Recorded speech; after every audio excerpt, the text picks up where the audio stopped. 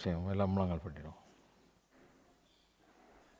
வல்லமை நிறைந்த தேவனே, மகிமையுள்ள கர்த்தாவே, இந்த நல்ல ஓய்வு நாளின் காலை வேளைக்காக உமக்கு நன்றி செலுத்துகிறோம். தெய்வாதி தேவனுடைய சமூகத்தில், ராஜாதி ராஜாவுடைய ஆண்டவரே ஆலயத்தில் நாங்கள் கூடி வந்து தேவனாகிய கர்த்தரை ஆராதிக்க முடியாது எங்களுக்கு கொடுத்த நல்ல ஜீவன் சுகம்பலனுக்காக உங்களுக்கு நாங்கள் நன்றி சொல்லுகிறோம்ப்பா. எங்கள் மத்தியில் நீங்கள் ராஜாதி ராஜாவாய் சிங்காசனத்தின் அதிபதியாய் வந்து வீட்டிருப்பதற்காக உமக்கு ஸ்தோத்திரம் இயேசு சுவாமி. இந்த நாட்களில் நீங்கள் பிறந்த இந்த உலகத்தில் எங்களுக்காக அவதரித்த அந்த நாட்களை நாங்கள் நினைவு கூர்ந்து வருகிறோம். அதை கொண்டாடி கொண்டிருக்கிறோம் இயேசு சுவாமி. ஆண்டவரே, உண்மையாகவே உங்களுடைய பிறப்பை குறித்து நாங்கள் உணர்ந்து அதிசயிக்க, எங்கள் வாழ்க்கையில் அது ஒரு மாற்றத்தை உருவாக்க உங்களுடைய சமூகத்தில் எங்களை தாழ்த்துகிறோம். தேவனாய் கர்த்தர் இந்த நாளிலே எங்களோடு இடைப்படுவீராக. ஆண்டவரே, பாடுகிற பாடல்களை உணர்ந்து பாட, உண்மை உண்மையாகவே துதிக்க, ஆவியோடும் உண்மையோடும் உண்மை ஆராதிக்க எங்களுக்கு பலன் தாங்க. ஆவியானவர் இந்த ஆராதனை பொறுப்பேற்று நடத்துவீராக.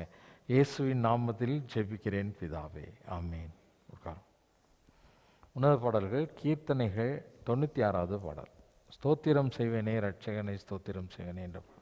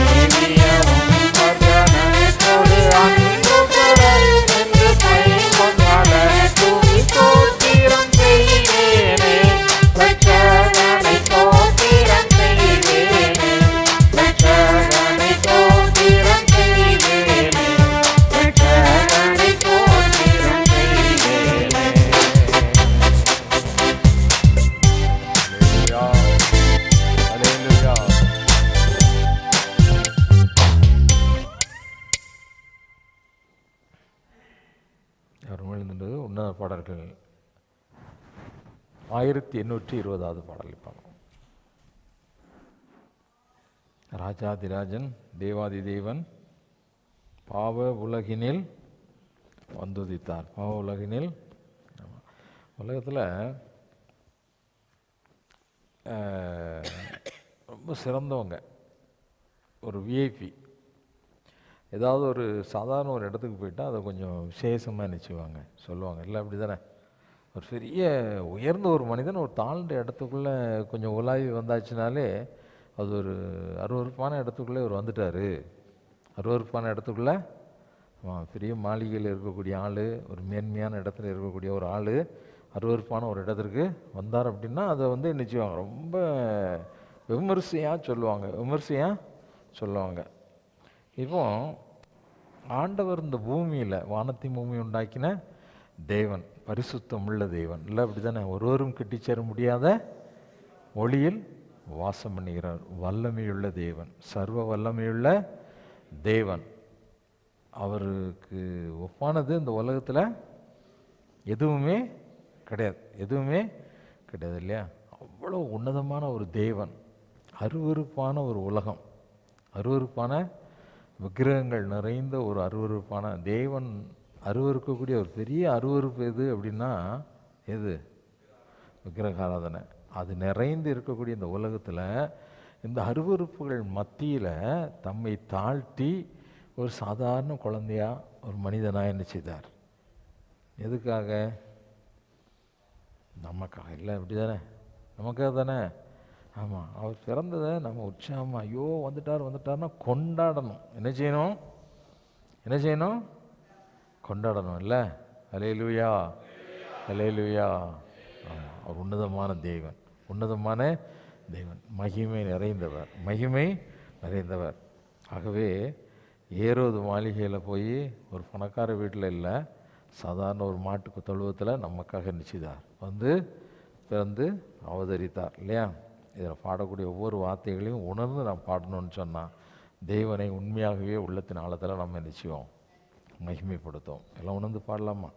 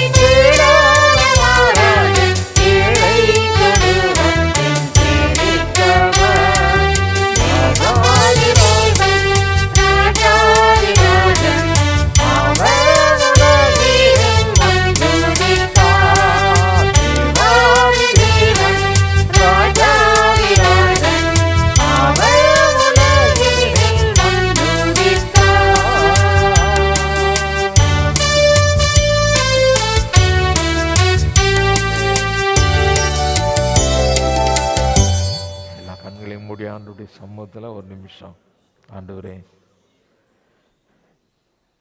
எங்களை மீட்கும் பொருளாக எங்களை உம்முடைய பிள்ளைகளாய் மாற்ற வேண்டும் என்ற உன்னத நோக்கத்தோடு கூட அருவருப்பான விக்கிரகங்கள் நிறைந்த, நீங்கள் ரொம்ப ரொம்ப அருவருக்கக்கூடிய ஆண்டவர் அந்த விக்கிரக ஆராதனை நிறைந்த இந்த பூமியில் உங்களை தாழ்த்தி நீங்கள் வந்து பிறந்தீங்க. ஏசப்பா, எங்களை மீட்க வேண்டும், எங்களை உருவாக்க வேண்டும், எங்களை மீண்டும் உங்களை போல மாற்றணும் அப்படிங்கிற உன்னத நோக்கத்தோடு கூட பெரிய ஆசையோடு கூட எங்கள் மத்தியில் நீங்கள் வந்து பிறந்தீங்க.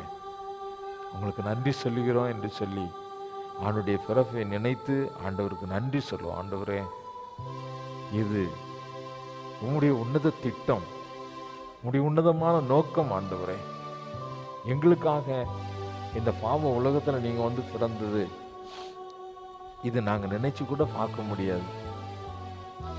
இது மனித சிந்தனைக்கு எட்டாத ஒரு காரியம். வானத்தையும் பூமியை உண்டாக்கின தேவனாகிய கர்த்தர் எங்களை நேசித்து எங்கள் மேலே இரக்கம் வைத்து எங்கள் மேலே கிருபை கூர்ந்து இந்த பாவ உலகத்தை தெரிந்தெடுத்தீங்கப்பா. இந்த உலகத்தில் மனிதனாக அவதரித்தீங்க. நாங்கள் அதை கொண்டாடுவது ஏதோ ஒரு என்ஜாய்மெண்ட்டுக்காக இல்லை சுவாமி. உண்மையாகவே எங்களுக்காக நீங்கள் பிறந்தீங்க. எங்கள் வாழ்க்கையை நீங்கள் மாற்ற போகிறீங்க. எங்கள் சாபங்களெல்லாம் நீக்க போகிறீங்க. எங்களுக்கு ஒரு புது வாழ்க்கையை கொடுக்க போகிறீங்க என்ற ஒரு உண்மையான எண்ணம் எங்களுக்குள்ளே உருவாகணும்ப்பா. நாங்கள் அதை நினச்சி பார்க்கணும். உங்களை தாழ்த்தியதை நாங்கள் நினச்சி பார்க்கணும்ப்பா. எங்கள் உள்ளத்தில் அந்த ஒரு எண்ணம் உருவாகட்டும். ஏதோ கிறிஸ்துமஸ் கொண்டாடுகிறோம் என்ற ஒரு மகிழ்ச்சி இல்லை சுவாமி. உங்களுடைய தாழ்மையை நாங்கள் நினச்சி பார்க்க எங்களுக்கு உதவி செய்யுங்க. எங்களுக்காக வானாதி வானங்களை விட்டு இறங்கி வானத்தையும் பூமியை உண்டாக்கின இறைவனாகிய கர்த்தர் ஆண்டவரே இந்த பூமியில் வந்து பிறந்தது எவ்வளவு மகிமையான காரியம், எவ்வளவு மாட்சிமை பொருந்திய காரியம். ஆண்டவரே, தேவ தூதர்கள் அன்னைக்கு மேய்ப்பர்கள் மத்தியில் வந்த பொழுது உன்னதத்தில் இருக்கிற தேவனுக்கு மகிமையும் பூமியிலே சமாதானம் மனுஷர் மேல் பிரியமும் உண்டாவதாக என்று சொல்லி உங்களை புகழ்ந்து போற்றி துதித்தாங்களப்பா. ஆண்டவரே, அவ்வளோ உன்னதமான தெய்வன் நீங்கள். ஆண்டவரே, எங்களுக்காக பிறந்ததை நாங்கள் நினைக்கிறோம். உங்களுடைய கிருபைகளை நினைக்கிறோம். ஆண்டவரே, அந்த கிருபைக்கு பாத்திரவான்களா எங்களை மாற்றுங்கப்பா. அந்த கிருபைக்கு பாத்திரவான்களா எங்களை மாற்றுங்க. எங்கள் மேல அளவில்லாத கிருபையை தாங்க ஆண்டவரே. அளவில்லாத அந்த கிருபையை பொழிந்தருளுவீராக. அன்னைக்கு மரியாளுக்கு கொடுத்த அதே கிருபையை எங்களுக்கு தாங்க ஆண்டவரே. சிறுவர்களுக்குள் பாக்கியவதி என்று பெயர் பெற்றால நாங்களும் கூட ஆண்டவரே பாக்கியவான்கள் பாக்கியவதிகள் என்று பெயர் பெறணும். நீங்க உதவி செய்யுங்க. உங்களுக்கு எங்களை அர்ப்பணிக்கிறோம். உங்க பாதத்தில் எங்களை அர்ப்பணிக்கிறோம். எங்களை சமர்ப்பிக்கிறோம். எங்களை ஒப்பு கொடுக்கிறோம். ஆண்டவரே, ராஜாதி ராஜா, மகிமை நிறைந்த தேவன், வல்லமையுள்ள கர்த்தர் நீர். ஆண்டவரே, மகிமை நிறைந்த ராஜாதி ராஜாவே, உண்மை நாங்கள் போற்றி புகழ்கிறோம். உண்மை நாங்கள் துதிக்கிறோம். உண்மை நாங்கள் வாழ்த்துகிறோம். ஆண்டவரே, உமக்கு நாங்கள் மகிமை செலுத்துகிறோம்.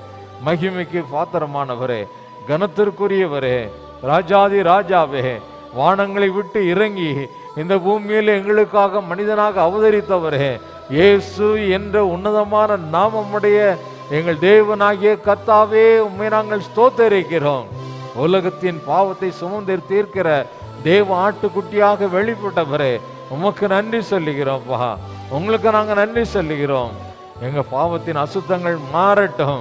எங்களுக்குள்ள ஒரு ஆண்டவரே ஒரு பரிசுத்தம் உருவாகட்டும். உம்மை தேடக்கூடிய ஒரு எண்ணம் எங்களுக்குள்ள உருவாகட்டும்.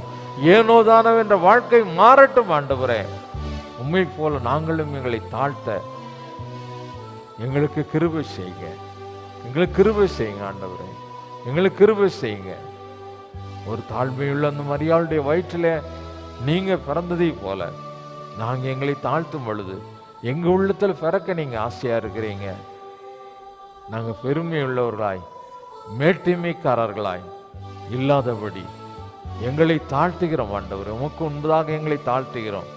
எங்களுக்கு முன்னாலும் ஆண்டவரே, உங்களுக்கு முன்னால எங்களை தாழ்த்துகிறோம்ப்பா. உங்களுக்கு முன்னால எங்களை தாழ்த்துகிறோம், வெறுமையாக்குகிறோம். ராஜாதி ராஜாவுடைய பரிசுத்த பிரசன்னம் எங்களை ஆளுகை செய்வதாக. உடைய வல்லமையினால் எங்களை இடை கட்டுவீராக. ஆண்டவரே, எங்களை மூடிக்கொள்ளுவீராக. உடைய பரிசுத்த பிரசன்னம் எங்களை ஆளுகை செய்யட்டும். ராஜாதி ராஜாவுடைய அக்கினியின் பிரசன்னம் எங்க எல்லாரையும் மூடட்டும் ஆண்டவரே, மூடட்டும். இந்த கிறிஸ்துமஸ் காலங்கள் ஆண்டவரே எங்களுக்கு உண்மையான ஒரு மகிழ்ச்சியை எங்க உள்ளத்துல கொடுக்கக்கூடிய காலங்களாய் மாறட்டும் இயேசுவின் நாமத்துல. எல்லா வேதனைகள், எல்லா மனபாரங்கள், கவலைகள், கண்ணீர்கள் எல்லாம் எங்களை விட்டு நீங்கி போகட்டும் ஆண்டவரே. கர்த்தர் சகலவற்றையும் எங்களுக்காக செய்து முடிக்கிறவர் என்று வேதம் சொல்லுகிற அந்த நல்ல வார்த்தைகளுக்காய் உமக்கு ஸ்தோத்திரம், உமக்கு ஸ்தோத்திரம், உமக்கு ஸ்தோத்திரம் ஆண்டவரே. எங்களுக்காக எல்லாவற்றையும் செய்து முடிக்கிறவர் நீங்க அப்பா. நாங்க சும்மா இருந்தா போதும், எங்களுக்காக எல்லாத்தையும் நீங்க செய்து முடிச்சிருவீங்க. அதற்காக நன்றி செலுத்துகிறோம். விசுவாசம் உள்ள இருதயத்தை எங்களுக்கு தாங்க, பலனுள்ள இருதயத்தை எங்களுக்கு தாங்க ஆண்டவரே. பலவீனன் எவனும் பலவான் என்று சொல்லுவானாங்க என்று சொன்னீரே ஆண்டவரே. எங்களுடைய பலவீனங்களை தூக்கி தூர போட்டுட்டு நாங்கள் ஆண்டவரே உம்முடைய பலத்தினால் நிறைந்தவர்களாய் ஒரு சேனைக்குள் பாய்ந்து வெற்றி சிறக்க பண்ணுவீராக. எங்களை பலப்படுத்துவீராக. பரிசுத்த ஆவியானுடைய பலத்தினால் எங்களை மூடும்படியாக செபிக்கிறோம், எங்களை இடை கட்டும்படியாக செபிக்கிறோம். எங்களை பலப்படுத்தும் உன்னத தேவனே உம்மை நாங்கள் ஸ்தோத்திரிக்கிறோம். மகத்துவமுள்ள ராஜாவே உம்மை புகழ்ந்து போற்றுகிறோம். எல்லா மகிமைக்கும் பாத்திரவார் நீங்க தான்ப்பா. எல்லா கனமும் உங்களுக்குரியது சுவாமி. நீங்க மட்டும்தான் துதிக்கப்படத்தக்க தேவன். உண்மையை நாங்கள் துதித்து போற்றுகிறோம், வாழ்த்தி வணங்குகிறோம், மகிமைப்படுத்துகிறோம். சகல துதி, கனம், மகிமை எல்லாவற்றையும் எங்கள் இயேசுவின் மூலமாக உமக்கு செலுத்துகிறோம், எங்கள் பரலோக பிதாவே. ஆமேன், ஆமேன். நின்றவனமாக சங்கீதம் 119 சங்கீதம் 57 வசனம் முதல் 64 வசனம் முடிய மாறி மாறி வாசிப்போம். சங்கீதம் 119 57 வசனம் முதல் 64 வசனம் முடிய. கர்த்தாவே, நீரே என் பங்கு, நான் உமது வசனங்களை கைக்கொள்ளுவேன் என்றேன். முழு இருதயத்தோடும் உம்முடைய தயவுக்காக கெஞ்சுகிறேன், உமது வாக்கின்படி எனக்கு இரங்கும். என் வழிகளை சிந்தித்து கொண்டு என் கால்களை உம்முடைய சாட்சிகளுக்கு நேராக திருப்பினேன். உமது கற்பனைகளை கைக்கொள்ளும்படி நான் தாமதியாமல் தீவிரித்தேன். துன்மார்க்கரின் கூட்டங்கள் என்னை கொள்ளையிட்டும் உம்முடைய வேதத்தை நான் மறக்கவில்லை. உமது நீதியான நியாய தீர்ப்புகளின் நிமித்தம் உம்மை துதிக்கும்படி பாதி ராத்திரியில் எழுந்திருப்பேன். உமக்கு பயந்து உமது கட்டளைகளை கைக்கொள்ளுகிற அனைவருக்கும் நான் தோழன். கர்த்தாவே, பூமி உமது கிருபையினால் நிறைந்திருக்கிறது, உமது பிரமாணங்களை எனக்கு போதியும். பிதாவுக்கும் குமாரனுக்கும் பரிசுத்தாவிக்கும் வேண்டாதாக ஆமென். அவர் முழங்கால் படிட்டு கர்த்தருடைய ஜெபத்தை சொல்லுவோம். பரமண்டலங்களில் இருக்கிற எங்கள் பிதாவே, உம்முடைய நாமம் பரிசுத்தப்படுவதாக, உம்முடைய ராஜ்யம் வருவதாக, உம்முடைய சித்தம் பரமண்டலத்திலே செய்யப்படுவது போல பூமியிலேயும் செய்யப்படுவதாக. அன்றென்று உள்ள எங்கள் அப்பத்தை எங்களுக்கு இன்று தாரும். எங்களுக்கு விரோதமாய் குற்றம் செய்கிறவர்களுக்கு நாங்கள் மன்னிக்கிறது போல எங்கள் குற்றங்களை எங்களுக்கு மன்னியும். எங்களை சோதனைக்குள் பிரவேசிக்க பண்ணாமல் தீமையினின்றி எங்களை ரட்சித்துக் கொள்ளும். ராஜ்யமும் வல்லமையும் மகிமையும் என்னென்றைக்கும் முடிவுகளே, ஆமென். அப்போஸ்தலருடைய விசுவாசத்தை அறிக்கை செய்வோம். வானத்தையும் பூமியையும் படைத்த சர்வ வல்லமையுள்ள பிதாவாகிய தேவனை விசுவாசிக்கிறேன். அவருடைய ஒரே பேரான குமாரனாகிய நம்முடைய நாதர் இயேசு கிறிஸ்துவையும் விசுவாசிக்கிறேன். அவர் பரிசுத்த ஆவினாலே கன்னி மரியாளிடத்தில் ஒரு இது பிறந்தார். பொந்திய பிலாத்துவின் காலத்தில் பாடுபட்டு சிலுவையில் அறையுண்டு மரித்து அடக்கம் பண்ணப்பட்டு பாதாளத்தில் இறங்கினார். 3ஆம் நாள் மரித்தோரத்திலிருந்து எழுந்தருளினார். பரமண்டலத்துக்கு ஏறி சர்வ வல்லமையுள்ள பிதாவாகிய தேவனுடைய வலது பார்சத்திலே விட்டிருக்கிறார். அவ்விடத்திலிருந்து உயிரோரையும் மரித்தோரையும் நியாயந்திருக்க வருவார். பரிசுத்த ஆவியும் விசுவாசிக்கிறேன். பொதுவாக இருக்கிற பரிசுத்த சபையும் பரிசுத்த வான்களுடைய ஐக்கியமும் பாவ மன்னிப்பும் சரீர உயிர்த்தலும் நித்திய ஜீவனும் உண்டு விசுவாசிக்கிறேன். ஆமேன். உட்காருவோம். வேதத்திலிருந்து ஒரு பகுதி கேட்போம். வாசிக்க முடியாது குறிக்கப்பட்ட வேத பகுதி மத்திய எழுதின சுவிசேஷம் 7ஆம் அதிகாரம் 1 முதல் 23ஆம் வசனம் முடிய. மத்தேயு 7ஆம் அதிகாரம் 1 முதல் 23ஆம் வசனம் முடிய. டைட்டஸ் வாசிக்கும்படியாக குறிக்கப்பட்ட வேத பகுதி மத்தேயு 7ஆம் அதிகாரம் 1 முதல் 23ஆம் வசனம் வரை. மத்தேயு 7ஆம் அதிகாரம் 1 முதல் 23ஆம் வசனம் வரை. நீங்கள் குற்றவாளிகள் என்று தீர்க்கப்படாதபடிக்கு மற்றவர்களை குற்றவாளிகள் என்று தீர்க்காதிருங்கள். ஏனெனில் நீங்கள் மற்றவர்களை தீர்க்கிற தீர்ப்பின்படியே நீங்களும் தீர்க்கப்படுவீர்கள். நீங்கள் மற்றவர்களுக்கு அளக்கிற அளவின்படியே உங்களுக்கும் அளக்கப்படும். நீ உன் கண்ணில் இருக்கிற உத்தரத்தை உணராமல் உன் சகோதரன் கண்ணில் இருக்கிற துரும்பை பார்க்கிறதென்ன? இதோ உன் கண்ணில் உத்திரம் இருக்கையில் உன் சகோதரனை நோக்கி, நான் உன் கண்ணில் இருக்கும் துரும்பை எடுத்து போடட்டும் என்று நீ சொல்வதெப்படி? மாயக்காரனே, முன்பு உன் கண்ணில் இருக்கிற உத்திரத்தை எடுத்து போடு, பின்பு உன் சகோதரன் கண்ணில் இருக்கிற துரும்பை எடுத்து போட வகை பார்ப்பாய்.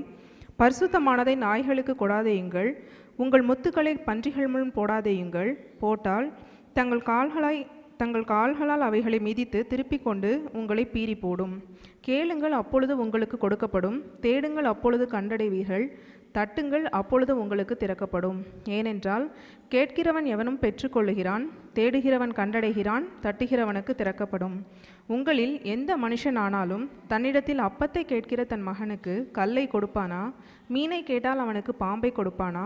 ஆகையால் பொல்லாதவர்களாகிய நீங்கள் உங்கள் பிள்ளைகளுக்கு நல்ல ஈவுகளை கொடுக்க அறிந்திருக்கும் போது, பரலோகத்தில் இருக்கிற உங்கள் பிதா தம்மிடத்தில் வேண்டிக் கொள்ளுகிறவர்களுக்கு நன்மையானவைகளை கொடுப்பது அதிக நிச்சயம் அல்லவா?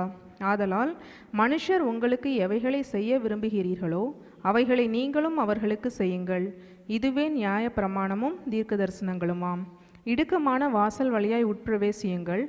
கேட்டுக்கு போகிற வாசல் விரிவும் வழி விசாலமுமாய் இருக்கிறது, அதின் வழியாய் பிரவேசிக்கிறவர்கள் அநேகர். ஜீவனுக்கு போகிற வாசல் இடுக்கமும் வழி நெருக்கமுமாய் இருக்கிறது, அதை கண்டுபிடிக்கிறவர்கள் சிலர். கள்ள தீர்க்கதரிசிகளுக்கு எச்சரிக்கையாயிருங்கள். அவர்கள் ஆட்டு தோலை போர்த்து கொண்டு உங்களிடத்தில் வருவார்கள், உள்ளத்திலோ அவர்கள் பட்சிக்கிற ஓநாய்கள். அவர்களுடைய கனிகளினாலே அவர்களை அறிவீர்கள். முட்செடிகளில் திராட்சை பழங்களையும் முட்பூண்டுகளில் அத்திப்பழங்களையும் பறிக்கிறீர்களா? அப்படியே நல்ல மரமெல்லாம் நல்ல கனிகளை கொடுக்கும், கெட்ட மரமோ கெட்ட கனிகளை கொடுக்கும்.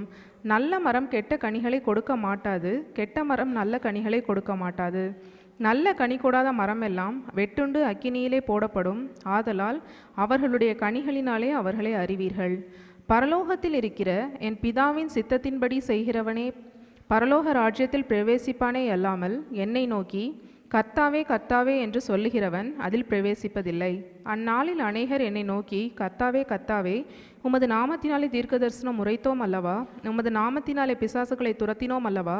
உமது நாமத்தினாலே அநேக அற்புதங்களை செய்தோம் அல்லவா என்பார்கள். அப்பொழுது நான், ஒரு காலம் உங்களை அறியவில்லை, அக்கிரம செய்கைக்காரரே, என்னை விட்டு அகன்று போங்கள் என்று அவர்களுக்கு சொல்லுவேன். வாசிக்கும்படியாக குறிக்கப்பட்ட வேத பகுதி வாசித்தாயிற்று. உன்னத பாடல்கள் 1817 பாடல்.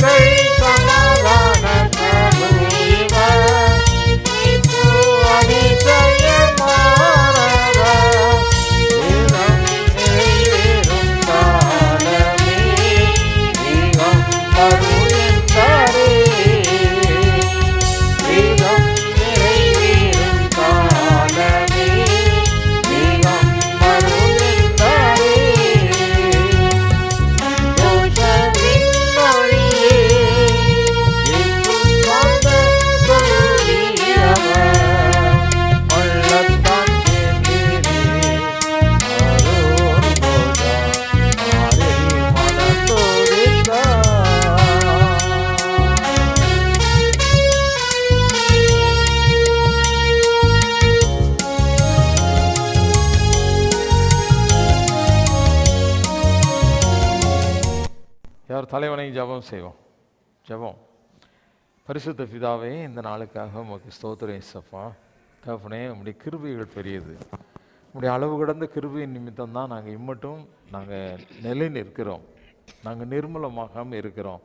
அந்த உன்னதமான கிருபைக்காக உமக்கு ஸ்தோத்திரம். கடந்த நாட்கள் முழுவதும் எங்களை கண்ணின் மணியை போல பாதுகாத்து நாங்கள் உழைப்பதற்கு நல்ல பலனை கொடுத்து இந்த நாளிலும் உடைய சமூகத்தில் ஆண்டவரே அதனுடைய பகுதியை தசமபாகமாக ஸ்தோத்திர காணிக்கையாக படைக்க எங்களுக்கு உதவி செய்ததற்காக ஸ்தோத்திரம். தொடர்ந்த நாளிலே ஆண்டவரே நீர் எங்களோடு கூட பேச வேண்டும் என்று காத்திருக்கிறோம். உன்னதமான ஆண்டவரே வார்த்தைகள் எங்களோடு பேசட்டும், வருகைக்கென்று எங்களை ஆயத்தப்படுத்தட்டும். தெய்வ பிரசன்னம் எங்களை ஆளுகை செய்யட்டும். பேசுகிற மகனை நீங்கள் மறைத்து எங்களோடு பேசுங்க. இயேசுவின் நாமத்தில் ஜெபிக்கிறேன் பிதாவே, ஆமேன் ஆமேன். செய்தி எவி கொடுப்பாங்க. ஆகவே ஜபசந்தியோடு கூட செய்தியை கேட்கும்படி உங்களை அன்போடு கேட்டுக்கொள்கிறேன். ஒரு நிமிஷம் கண்களை மூடி ஆண்டவருடைய முகத்தை நோக்கி நம்ம பார்ப்போம். எங்கள் இரக்கமுள்ள அன்பு பரிசுத்த பிதாவே, இந்த நல்ல வேலைக்காக நாங்கள் துதிக்கிறோம், ஸ்தோத்திரிக்கிறோம். நீங்கள் கூட்டி வந்திருக்கிற ஒவ்வொரு உம்முடைய பிள்ளைகளுக்காக நன்றி செலுத்துகிறோம். உம்முடைய அழைப்பை பெற்று இந்த இடத்துல உட்கார்ந்துருக்கிற உம்முடைய மகன்கள், உம்முடைய பிள்ளைகள் ஒவ்வொருவருக்காக உமக்கு நன்றி செலுத்துகிறோம் சாமி. கர்த்தர், உம்முடைய சித்தம் இல்லாதபடி இல்லாமல் ஒருவரும் உங்கள் இடத்துலேருந்து வர முடியாதுன்றதை நாங்கள் அறிஞ்சிருக்கிறோம். நீங்கள் அழைத்து வந்திருக்கிற ஒவ்வொரு ஆத்துமாக்களுக்காக உங்களுக்கு நன்றி செலுத்துகிறோம். இயேசுவின் நாமத்தினாலே உமக்கு மகிமை செலுத்துகிறோம். இந்த செய்தி வேலையும் நீங்கள் பொறுப்படுத்திக் கொள்ளுங்க சுவாமி. நீங்கள் மகிமைப்படுங்க, எங்களை மூடி மறைத்து நீங்கள் பாதுகாத்துக் கொள்ளுங்க. இயேசுவின் நாமத்தினால் எங்கள் ஜெபங்களை எடுக்கிறோம் பரிசுத்த பிதாவே, ஆமென். கொஞ்ச நாளைக்கு முன்னாடி ஒருத்தர் வீட்டுக்கு போயிருக்கும்போது ஆண்டவருடைய சித்தம்னா என்ன, விசுவாசம் என்றால் என்ன அப்படிங்கிறதெல்லாம் பேசிகிட்டு இருக்கும்போது வெளியிலேருந்து ஒரு சத்தம் வந்தது. நான் என்ன சொன்னேன்னா, நம்ம வாழ்க்கையில் எது நடந்தாலும் ஆண்டவர் எதுக்கு தான் பண்ணுறாரு, நன்மைக்கு தான் அலோவ் பண்ணுறாரு, அனுமதிக்கிறாரு அப்படிங்கிறத நான் சொல்லிட்டு இருந்தேன். அப்போ வெளியிலேருந்து ஒரு சொந்தக்காரர் ஒருத்தர் வெளியில் உட்காந்துருந்தார். வெளிலேருந்து ஒரு சத்தம், தம்பி நான் ஒன்று கேட்கணும் உங்ககிட்ட அப்படின்னு சொன்னார். என்னண்ணா அப்படின்னு கேட்டேன். எல்லாம் நீங்கள் சொல்கிறது ரைட்டு தான், ஆனால் இவர் அப்படியே தானே ரொம்ப காலமாக இருக்கார். இந்த நான் போனவர் வந்து அவர் சாட்சியை சொல்லிட்டு இருந்தார். உங்கள் லைஃப்பில் எப்படி ஆண்டவர் ஏற்றுக்கிட்டாங்க, அவங்களுக்கு என்ன பிரச்சனை வந்தது, எப்படி அதுலேருந்து வெளியில் வந்தாங்க, அது மூலமாக ஆண்டவர் ஏற்றுக்கிட்டதை அந்த கதையை என்கிட்ட சொல்லிட்டு இருந்தார், சாட்சியை சொல்லிட்டு இருந்தார். சொல்லிட்டு இருக்கும்போது அதுக்கப்புறம் நான் கர்த்தருடைய வார்த்தையை பேசிகிட்டு இருக்கும்போது கடவுள் வந்து எப்போவுமே நம்மளுடைய வாழ்க்கைக்கு நல்லதுக்கு மட்டும்தான் அலோவ் பண்ணுவார் அப்படிங்கிறத நான் சொல்லிட்டு இருந்தேன். சொல்லிட்டு இருக்கும்போது வெளியிலேருந்து சத்தம் வந்துச்சு, அவர் ரொம்ப காலமாக அப்படியே தானே இருக்கார் அப்படின்னு சொன்னார். சரி, நான் அதுக்கப்புறம் அதை ஸ்டாப் பண்ணிவிட்டு நானும் போயிட்டேன். 2 நாளைக்கு முன்னாடி ஒரு காலேஜ், ஒரு இன்ஜினியரிங் காலேஜோட பிரின்ஸிபால் என்னை பார்க்க வந்திருந்தார். பார்க்க வரும்போது அவர் இன்னொருவரோட பற்றி எங்கள் ஒர்க்கு விஷயம், பிஸ்னஸ் விஷயமா நான் என்னோட வேலை விஷயமா, அலுவல் விஷயமா நான் பேசிகிட்டு இருக்கும்போது அவர் இன்னொரு குறிப்பிட்ட நபரை பற்றி சொல்லிட்டு இருந்தார். அவர் எனக்கு தெரியும். அவர் ஒரு கம்பெனி வச்சுருக்காரு, ஒரு பெரிய கம்பெனி வச்சுருக்காரு. ஒரு 100 கோடியாவது அந்த கம்பெனியோட மதிப்பு இருக்கும். அப்படியா சார், உங்களுக்கும் அவர் தெரியுமா, நான் அவரை பார்த்தேன், மதுரையில் பார்த்தேன் அப்படின்னு சொல்லிட்டு இருக்கும்போது அவர் சொன்னார், ஆமாம் ரூபன், நல்ல மனுஷன்தான் அவர். இப்போ தான் அவங்க ஒய்ஃப் வந்து இறந்து போனாங்க கோவிடில் அப்படின்னு சொன்னார். அப்போ இதை சொன்ன உடனே நான் ஒரு வாரத்துக்கு முன்னாடி பேசினேன் இல்லையா ஒருத்தர்கிட்ட, என்கிட்ட கேட்டார்ல ஒருத்தர், யார் அவர் அப்படியே தானே இருக்காரு அப்படின்ட்டு. அது எனக்கு ஆண்டவர் நினைவுபடுத்தினார். அப்படியே இருக்கிறதும் என்னது தான், யாரும் கணக்கில் அந்த 5 பேர் 6 பேர் குடும்பத்தில் இருந்து ஒன்று கழியாமல் இருக்கிறதும் அதுவும் என்னென்னா கிருபை தான். நம்ம இங்கே ஒருவேளை யோசிக்கலாம், என்னுடைய வாழ்க்கையில் நிறைய கஷ்டம் இருக்குது, நெருக்கம் இருக்குது, துக்கம் இருக்குது அப்படின்ட்டு. நீங்கள் கம்ப்ளைண்ட் பண்ணுறதை விட, நம்ம குறை சொல்கிறத விட ஆண்டவருக்கு நன்றி சொல்கிறதுக்கு நிறைய பாயிண்ட்ஸ் நம்ம லைஃப்பில் இருக்குது.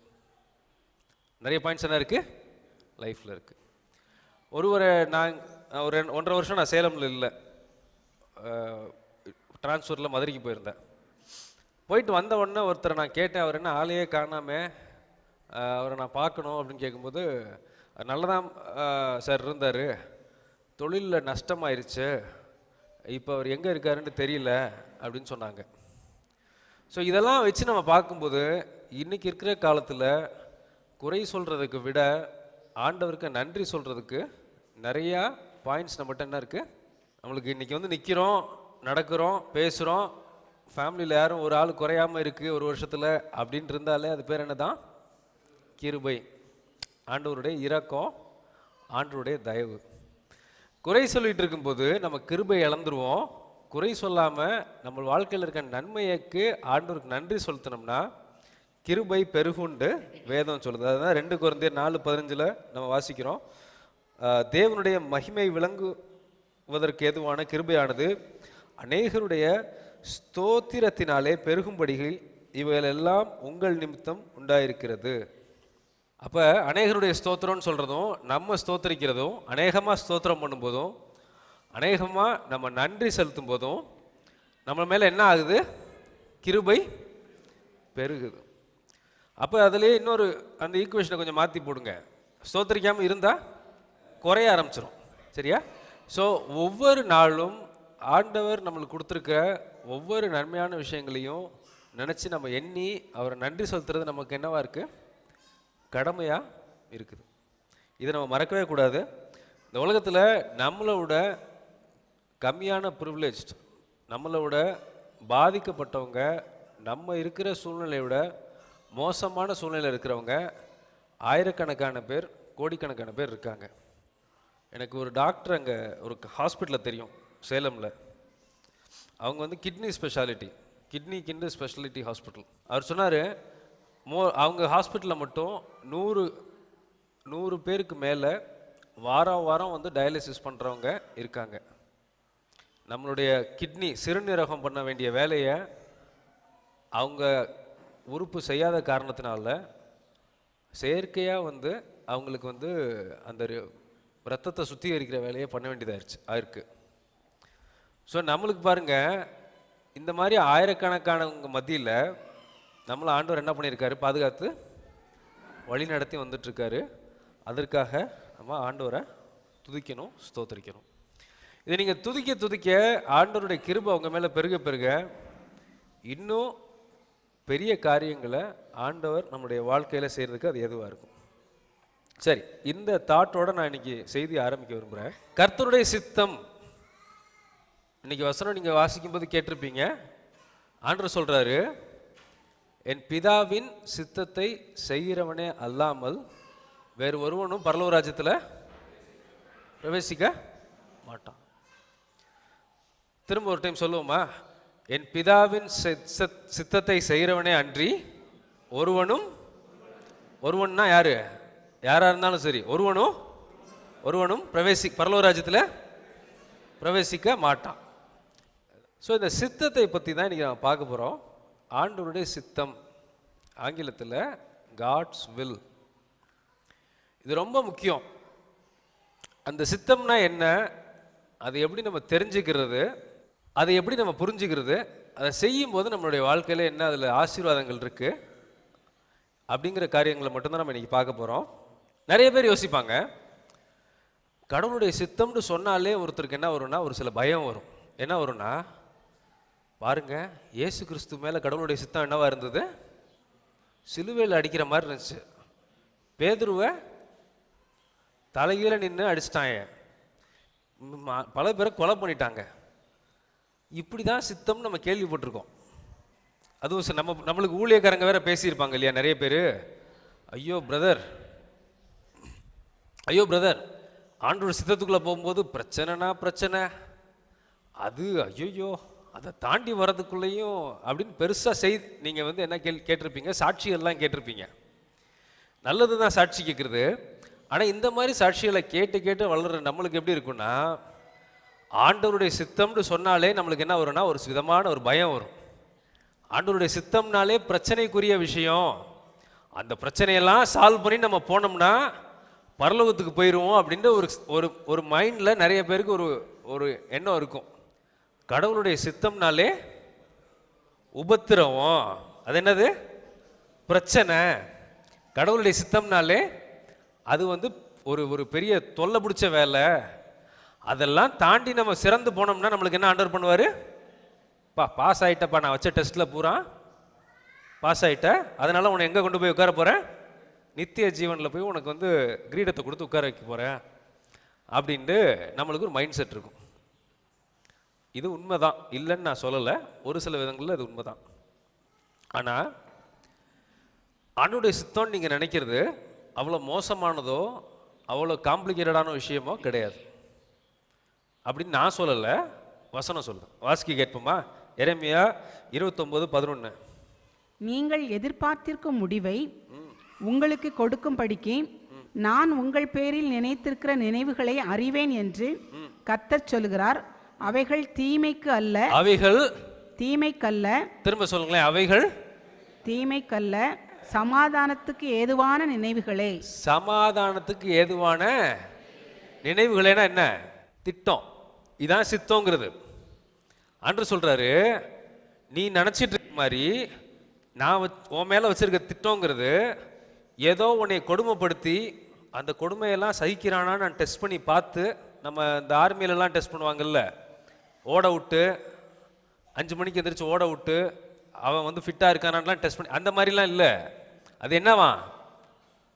அதுக்கு எதுக்கு ஏதுவாக தான்? தீமைக்கு ஏதுவானது அல்ல, சமாதானத்திற்கு ஏதுவான நினைவுகளே. நினைவுகளேனா என்னன்னா அவருடைய சித்தம்.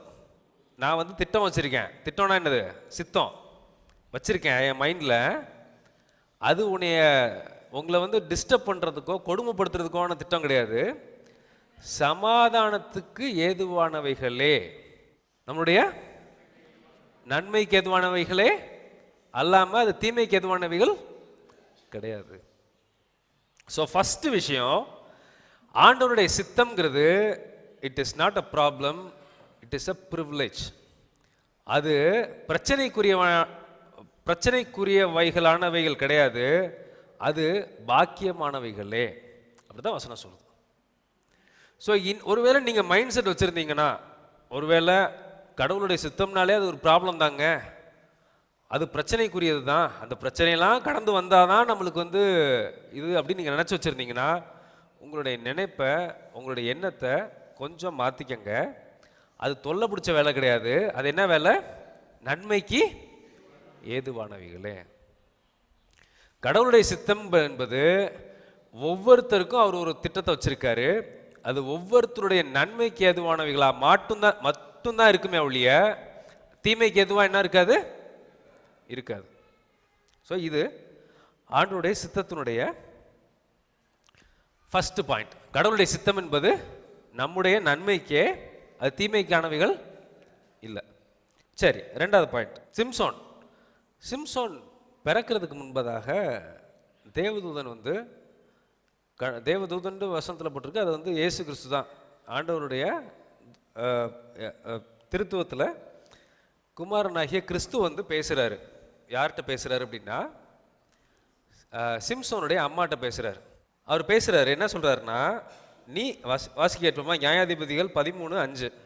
நீ கற்பந்தரித்து ஒரு குமாரனை பெறுவாய், அவன் தலையின் மேல் சவரகன் கத்தி படலாகாது. அந்த பிள்ளை பிறந்தது முதல் தேவனுக்கென்று நசரேனாய் இருப்பான். அவன் இஸ்ரவேலை பெலிஸ்தரின் கைக்கு நீங்களாக்கி ரட்சிக்க தொடங்குவான் என்றார். ஓகே, இவன் இந்த சிம்சோன் வந்து சாதாரண ஆள் கிடையாது, அவன் ரொம்ப பெரிய ஆள்.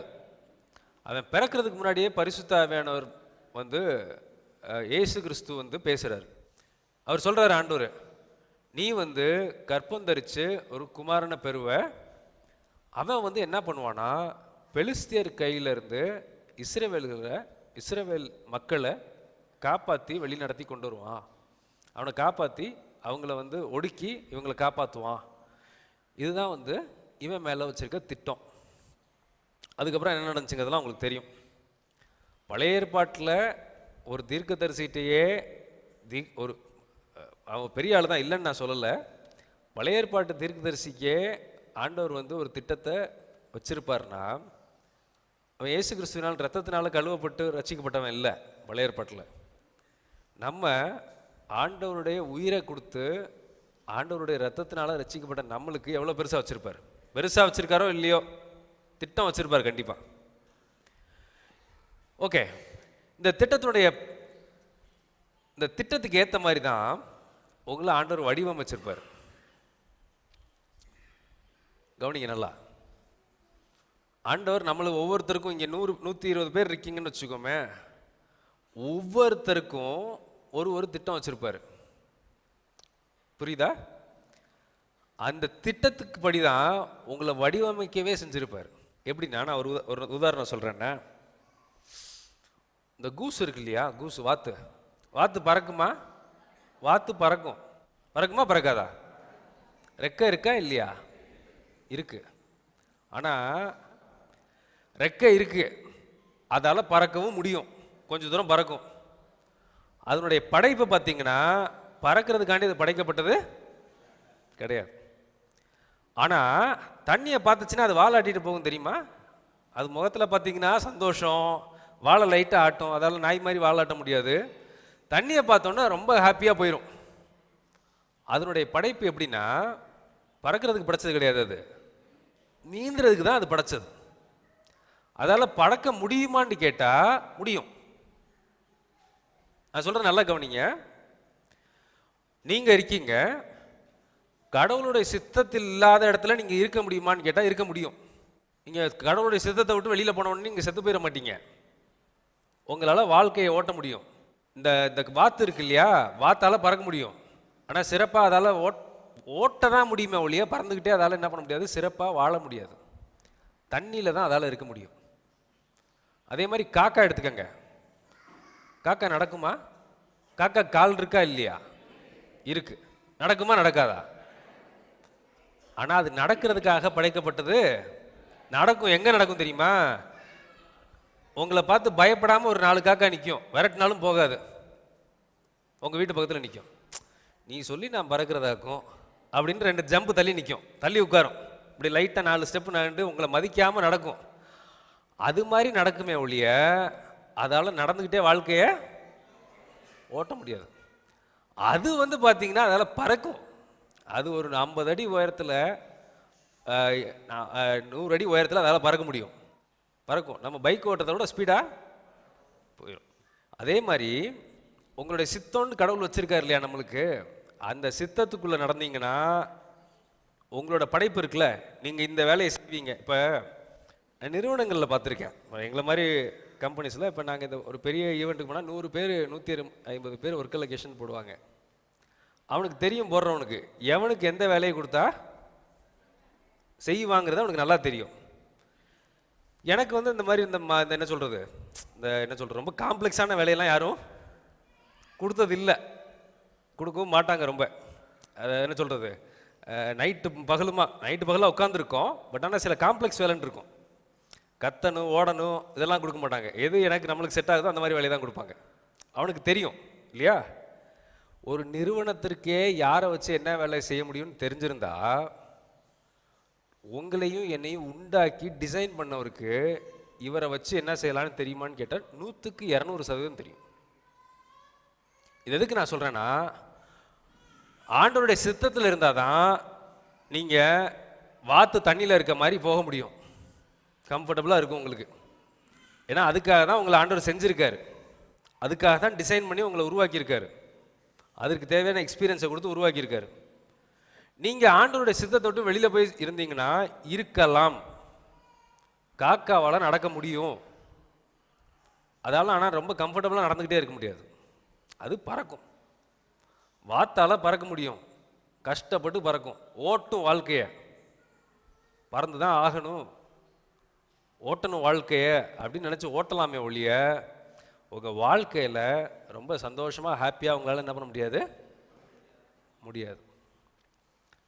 ஸோ ஃபஸ்ட்டு நம்ம என்ன பார்த்தோம், ஆண்டவருடைய சித்தம் என்பது பிரச்சனைக்குரிய ஒரு விஷயம் கிடையாது, அது நன்மைக்கு ஏதுவானது.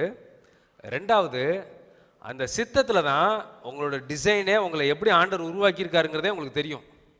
அந்த சித்தத்தில் தான் வாத்து தண்ணியில் போகிற மாதிரி நீங்கள் ஹாப்பியாக இருக்க முடியும். அந்த சித்தத்துக்கு வழியாக உங்களால் வாழ முடியும், ஆனால் நல்லா ஹாப்பியாக வாழ முடியாது. அதுக்குள்ளே தான் ரொம்ப சிறப்பாக சீராக வாழ முடியும். ஏன்னா அந்த திட்டத்தை மனசில் வச்சுக்கிட்டு தான் உங்களை ஆண்டவர் உருவாக்கியிருக்காரு. ஸோ ஆண்டவருடைய சித்தம்ங்கிறது நம்மளுடைய நன்மைக்கு ஏதுவானது. 2வது, ஆண்டவருடைய சித்தத்தில் தான் நம்ம பூரணத்தை கண்டுகொள்ள முடியும். ஆண்டவருடைய சித்தத்தில் இருக்கணும்னா நம்மளுக்கு என்ன மாதிரி மைண்ட் செட் வேணும், நம்மளுடைய எண்ணம் எப்படி இருக்கணும், நம்மளுக்கு என்ன வேணும் அப்படின்னு கேட்டிங்கன்னா ஒன்றே ஒன்று தான் வேணும். காம்ப்ளிகேட்லாம் பண்ண விரும்புகிறேன் நான். ஆண்டவருடைய சித்தத்தை நீங்கள் செய்யணும்னா ஒன்றே ஒன்று இருந்தால் போதும். அதற்கு பேர் என்னென்னா விசுவாசம். அந்த விசுவாசத்தின் அடிப்படை என்னன்னு நீங்கள் பார்க்கணுன்னா ரோமர் 8:28. அன்றியும் அவருடைய தீர்மானத்தின்படி அழைக்கப்பட்டவர்களாய் தேவனிடத்தில் அன்பு கூறுகிறவர்களுக்கு சகலமும் நன்மைக்கு ஏதுவாக நடக்கிறது என்று அறிந்திருக்கிறோம். இது நான் பல தடவை உங்களுக்கு சொல்லியிருக்கேன், ஒரு டைம் ஞாபகம் இருக்குது எனக்கு இந்த ஆடு மாடு வளர்க்குறதுலாம் எனக்கு ரொம்ப பிடிக்கும் சின்ன பிள்ளையில. அப்போ எங்கள் வீட்டில் ஃபஸ்ட்டு ஒரு நாட்டு நாயை வளர்த்தோம். அந்த நாட்டு நாய் குட்டி போடும், பெண் நாய். அது நம்ம ஊர் அம்மா மாதிரி. நம்ம ஊர் அம்மானா இப்படி ரொம்ப பாசமாக பார்த்துக்குறோம் இல்லையா, அந்த மாதிரி அம்மா. அது என்ன பண்ணுன்னா, குட்டி போட்டு பிறந்தவொடனே நான் என்ன பண்ணுவேன்னா, அந்த குட்டியை காதை பிடிச்சி தூக்கியிருக்கேன், கழுத்தை பிடிச்சலான்ட்ருக்கேன். இப்போ சரி என்னென்ன கொடுமை பண்ணுறானோ அந்த குட்டியை, அது எல்லாத்தையும் நானும் பண்ணுவேன். அதை தூக்கிட்டோம்னு வச்சுக்கோங்க, அதுக்கு பயங்கர பதட்டமாயிரும் நாய்க்கு. அவங்க அம்மா நாய் பதட்டமாய் சுற்றி சுற்றி சுற்றி சுற்றி கத்திக்கிட்டே வருமே ஒழிய என்ன பண்ணாது கடிக்காது. அதே நான் இல்லாமல் தெரியாத ஆள் தூக்குனா என்ன ஆகும், உயிரை கொடுத்து கூட கடிச்சு 4 கடி கடிக்காமல் அது என்ன பண்ணாது, விடாது. இப்போ எதுக்கு நான் சொல்கிறேன் அப்படின்னா, அதுக்கு என்ன நம்பிக்கை, ஐயோ தூக்குறானே தூக்குறானே தூக்குறானே, கீழே போட்டால் என் குட்டி என்ன ஆகுங்கிற பயம் அதுக்கு இருக்குமா? இருக்கும். அதுக்கும் பயம் இருக்கும். அதனால தான் நம்மகிட்ட கத்திக்கிட்டே வருது பின்னாடி சுற்றி சுற்றி இல்லையா. அதுக்கு கொஞ்சம் பயம் இருக்கும். வேற யாராவது தூக்குனா கடிச்சிரும், நம்ம தூக்குனா என்ன பண்ணுது, அதுக்கு ஒரே ஒரு நம்பிக்கை தான். என்ன நம்பிக்கை தெரியுமா, இவ்வளோ நாள் நம்மளுக்கு சோறு போட்ட ஆள் யாரு, இந்த ஆள் தான். அவர் நம்மளுக்கு என்ன பண்ண மாட்டார், கெடுதல். இதுதான் விசுவாசத்தினுடைய அடிப்படை.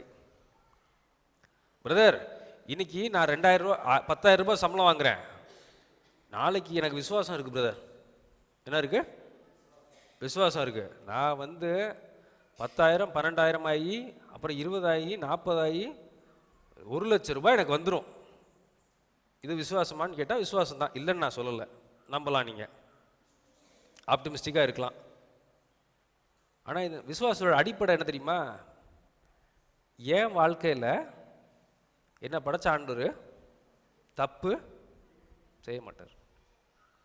இதுதான் சிம்பிளஸ்ட் ஃபெய்த். இதுதான் விசுவாசத்தின் அடிப்படையே. விசுவாசத்தின் அடிப்படை தெரியறதுக்கு நீங்கள் PhD வாங்கியிருக்கணும்னு தேவையில்லை. பைபிளில் 1000 பக்கத்தை மனப்பாடமாக சொல்ல தெரியணும்னு தேவையில்லை. எனக்கு ஒன்றே ஒன்று தெரியுங்க, இயேசு தான் வழி. இயேசு தான் வழி. அவரை நம்புனா நான் என்ன பண்ணுவேன், பரலோகத்துக்கு போவேன். அவர் என் வாழ்க்கையில் என்ன பண்ண மாட்டார், தீமை செய்ய மாட்டார். இதுதான் விசுவாசத்தின் அடிப்படை, வேற ஒன்றும் கிடையாது. ஆண்டவருடைய சித்தத்தை நீங்கள் செய்யணும்னா உங்களுக்கு இருக்க வேண்டிய ஒரே ஒரு விஷயம் விசுவாசம். கவனிங்க, ரொம்ப முக்கியம். இந்த விசுவாசத்தை கலைக்கிறதுக்கு பிசாசு 1000 முயற்சி பண்ணுவான், வியாக்கியானம் பேசுவான். நீங்கள் நினைக்கிறீங்களா பிசாசால் பைபிள் பேச முடியாதுன்ட்டு? உங்களை விட நல்லா பேசுவான். அவன் பேசுகிறது கரெக்டு மாதிரியும் தெரியும். மேத்தமெட்டிக்கலாக நீங்கள் கணக்கு போட்டு பார்த்தீங்கன்னா கரெக்டாக தானே சொல்கிறான் அப்படின்னு தோணும். எது என்ன சொன்னாலும் ஒரு விஷயம் மாறாது. என்னென்னா, என்னை படைச்ச ஆண்டவர் எங்கள் அப்பா என்னுடைய வாழ்க்கையில் என்ன பண்ண மாட்டார், தப்பு செய்ய மாட்டார். விசுவாசிக்கிறீங்களா? விசுவாசிக்கிறீங்களா? ஒரு ஆமென் சொல்லுங்க. என்னை படைச்ச ஆண்டவர் என்னுடைய வாழ்க்கையில் தவறு செய்கிறதுக்கு வாய்ப்பு இல்லை. இதுதான் சிம்பிளஸ்ட் ஃபெய்த். ஆண்டவருடைய சித்தம் ஃபர்ஸ்ட் என்னன்னு பார்த்தோம்னா, அது நன்மைக்கு ஏதுவானவைகளே, தீமைக்கு ஏதுவானது இல்லைன்னு பார்த்தோம். ரெண்டாவது என்ன பார்த்தோம்னா, அந்த சித்தத்திற்காக தான் நீங்கள் உருவாக்கப்பட்டிருக்கீங்க. அதுக்கு வச்சு தான் ஆண்டவர் நம்மளை டிசைன் பண்ணியிருக்காரு. அதுக்கு தேவையான எக்ஸ்பீரியன்ஸ் கொடுத்துருக்காரு. ஒரு வேளை கல்வி கொடுத்துருக்கலாம், அதுக்கேற்ற மாதிரி உங்களுக்கு ஃபேமிலி கொடுத்துருக்கலாம். இது எல்லாமே அவருடைய சித்தத்தின்படி கரெக்டாக உங்களை ஒரு பாயிண்ட்டுக்காக, ஒரு குறிப்பிட்ட வேலைக்காக உங்களை உருவாக்கியிருப்பார். அதில் தான் நீங்கள் சிறப்பாக வாழ முடியுமே ஒழிய, வாத்து எப்படி தண்ணியில் கம்ஃபர்டபுளாக இருக்குமோ, வசதியாக இருக்குமோ, ஆண்டவருடைய சித்தத்தில் இருந்தால் தான் வசதியாக இருதயத்தில் நீங்கள் இருக்க முடியும். சித்தத்தின் இல்லாமல் நீங்கள் வெளியில் இருக்க முடியும், வாழ்க்கையை ஓட்டலாம், வாழ முடியாது. காக்காவால் நடக்க முடியும், நடந்து ஓட்டும் வாழ்க்கையை. ரெக்க போயிடுச்சுன்னு வச்சுக்கோங்க, காக்காவுக்கு வாழும், ஓட்டும் வாழ்க்கையை. ஆனால் அதெல்லாம் வாழ முடியாது. வாழ்க்கையை ஓட்டுறதுங்கிறது வேற, வாழ்க்கையை வாழ்கிறதுங்கிறது வேற. ஸோ இதை பார்த்தோம். அடுத்தது ஃபண்டமெண்டல்ஸ் ஆஃப் ஃபெய்த், விசுவாசத்தின் அடிப்படை என்ன, கர்த்தருடைய சித்தத்தை செய்ய அடிப்படை என்னன்னு பார்த்தோம்.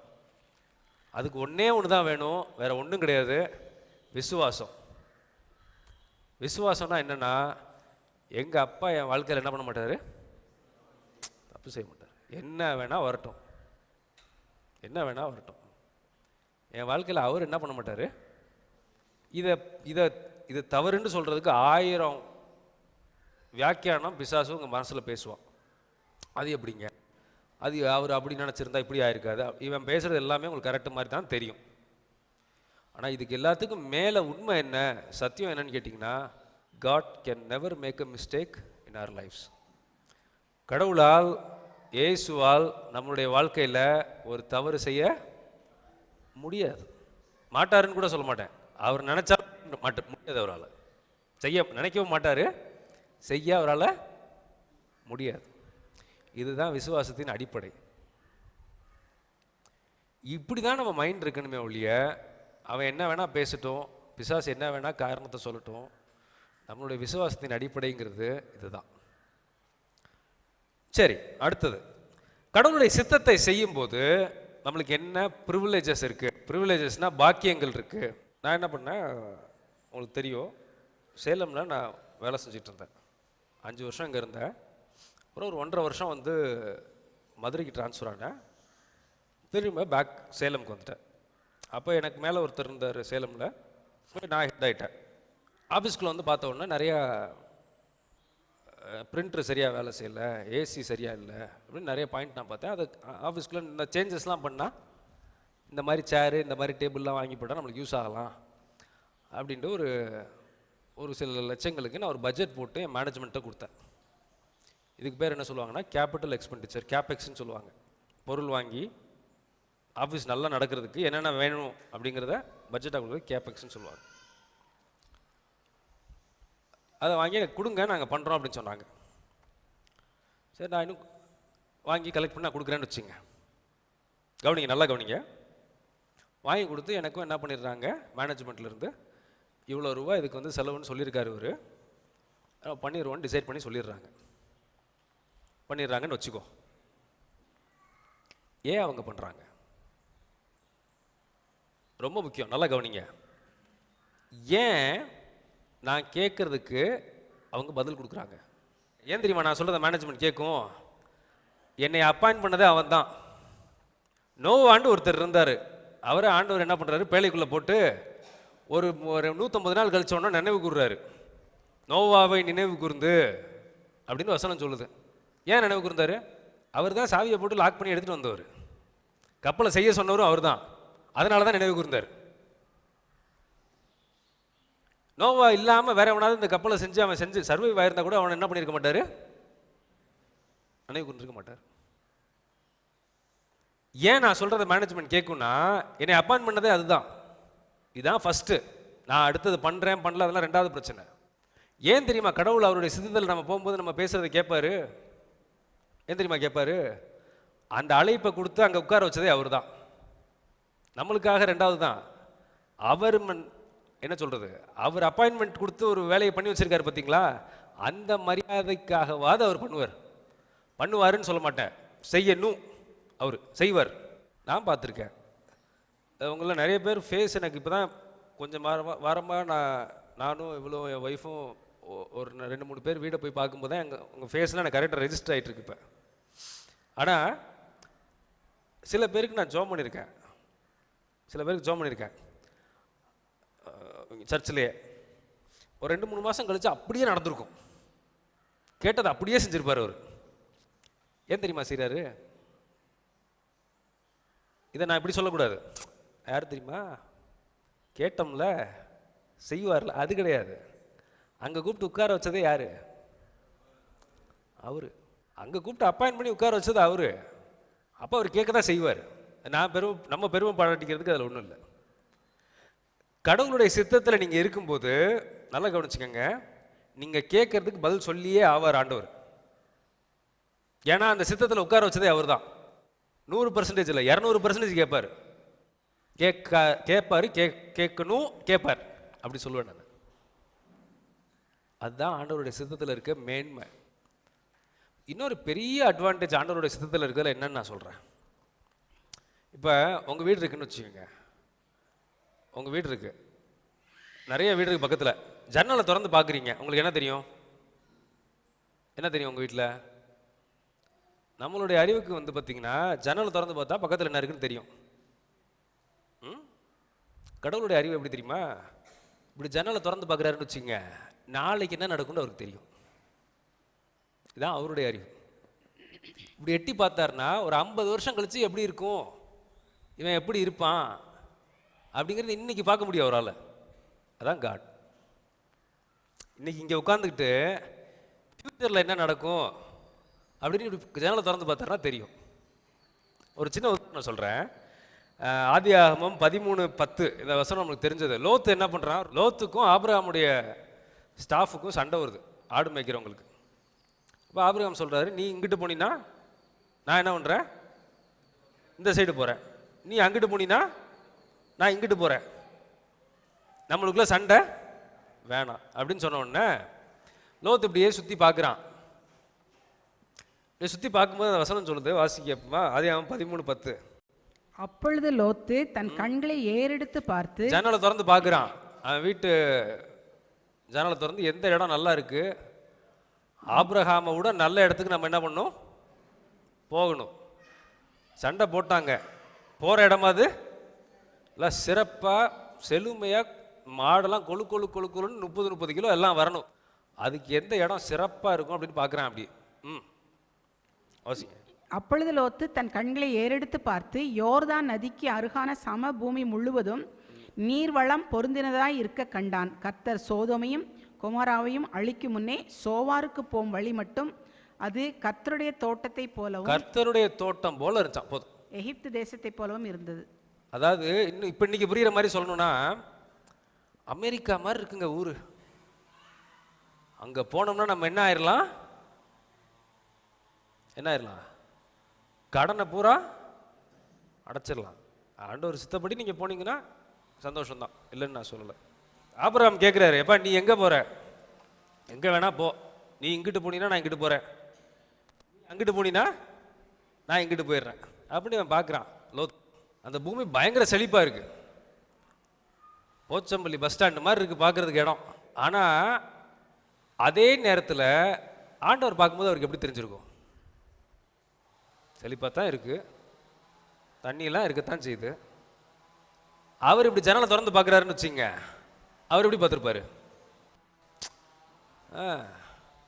ஆடுறியா ஆடு, இன்னும் கொஞ்ச நாள் இது மண்ணா போதேப்பா. அந்த சம்பவத்தை ஸ்க்ரீனில் பார்க்க முடியும் அவரால், அவரால் பார்க்க முடியும். அன்னைக்கே என்னைக்கு அந்த இடம் நல்லா இருந்துச்சு பார்த்தீங்களா, அன்னைக்கே அவரால் பார்க்க முடியும். ஆண்டவருடைய சித்தத்தில் இருக்க பெரிய சிறப்பு என்னன்னா, he knows the future. இன்னைக்கு மட்டும் அவர் பார்க்க மாட்டார். இன்னைக்கு உனக்கு நம்மளுக்கு தேவையும் அவர் யோசிப்பார். ஆனால் இன்னைக்கை விட அவர் என்ன இன்னொரு யோசிப்பாருன்னா, நாளைக்கு எப்படி இருக்கும்? இவன் போகிறான் லோத்து ரைட்டு, நாளைக்கு எப்படி இருப்பான்? நாளைக்கு அந்த இடம் அழிய போதே, இவன் இருக்க மந்த பூரா காணாமல் போதே. நீங்கள் படித்து பாருங்க. தூதன் வந்து கேட்குறான், உன்ட்ட என்னப்பா இருக்குது வீட்டில்? உன் சொந்தக்கார, உன் வீட்டில் இருக்க வேலை செய்கிறவன் எவன் இருந்தாலும் கூட்டிகிட்டு வா.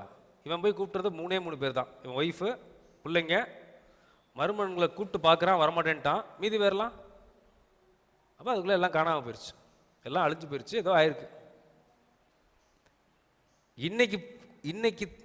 இன்னையிலிருந்து 4 வருஷம் கழிச்சு எப்படி இருக்கும், 30 வருஷம் கழிச்சு எப்படி இருக்குங்கிறத கடவுளால் பார்க்க முடியும்.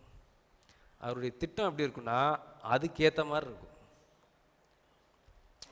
இப்போ இவர் பிரதர் இந்த ஊருக்கு வரும்போது ஊர் எப்படி இருந்திருக்கும்? குப்பையாக தான் இருந்திருக்கும். இன்றைக்கி இருக்கிற ஜனங்களை விட அன்றைக்கி மோசமாக தான் இருந்திருப்பாங்க. ஆனால் ஆண்டவர் பார்த்து தான் அன்னைக்கு மட்டும் பார்த்துருக்க மாட்டார். 20 வருஷம் கழிச்சு எப்படி இருக்கும், 25 வருஷம் கழிச்சு எப்படி இருக்கும், அதையும் சேர்த்து யோசிப்பார். அதே மாதிரி உங்கள் லைஃப்பில் கடவுளுடைய சித்தத்தில் இருக்கும்போது இன்றைக்கி மட்டும் யோசிக்கிற ஆண்டவர் அவர் கிடையாது. 10 வருஷம் கழிச்சு உங்கள் லைஃப் எப்படி இருக்கும், 20 வருஷம் கழிச்சு உங்கள் லைஃப் எப்படி இருக்கும், 25 வருஷம் கழிச்சு உங்கள் லைஃப் எப்படி இருக்கும், இதெல்லாம் சேர்த்து யோசிக்கிற ஒரு நல்ல தகப்பனவர். அதை பார்க்குற அதிகாரமும் படைச்சவர் அவர். நம்மளால் பார்க்க முடியாது. அதுக்கு தான் அந்த உதாரணம் சொன்னேன். ஜன்னலை திறந்து பார்த்தா நம்மளுக்கு பக்கத்து வீடு தெரிகிற மாதிரி அவருக்கு இப்படி எட்டி பார்த்தாருன்னா 10 வருஷம் கழிச்சு என்ன நடக்குங்கிறது தெரியும். காலத்தை அறிந்த தேவன். அதாவது ஒரு பாட்டு இருக்கு, பாலஸ்தீன தேசத்திலே பாலனாக பிறந்தார் ஆண்டவர். காலங்களுக்கு உட்படாதவர். காலங்கிற அதுக்குள்ளே உட்படுத்த முடியாத கடவுள் காலங்களுக்கு உட்பட்டு ஒரு குழந்தை மாதிரி பிறந்தார். அது ஒரு விந்தை அப்படின்னு ஒரு பாட்டு எழுதியிருக்காங்க. இதுதான் அவருடைய மேன்மை. The privileges of will of God. கடவுளுடைய சித்தத்தின்படி நடக்கும்போது அதில் இருக்க பாக்கியங்கள் என்ன அப்படின்னு பார்த்தீங்கன்னா, ஃபஸ்ட்டு ஹீ லிசன்ஸ். அவர் நம்ம ஜபத்தை கேட்குறாரு. ஏன்னா அவரை உட்கார வச்சதே நம்மளை உட்கார வச்சதே யார்? அவர் தான். ரெண்டாவது, ஃப்யூச்சரை அறிஞ்சிருக்காரு. எதிர்காலத்தை அறிந்த தேவன். எதிர்காலத்துக்கும் ஏற்ற மாதிரி இன்றைக்கி அவர் என்ன பண்ணுவார், பிளான் பண்ணி அவர் நமக்கு சொல்லுவார். சரி,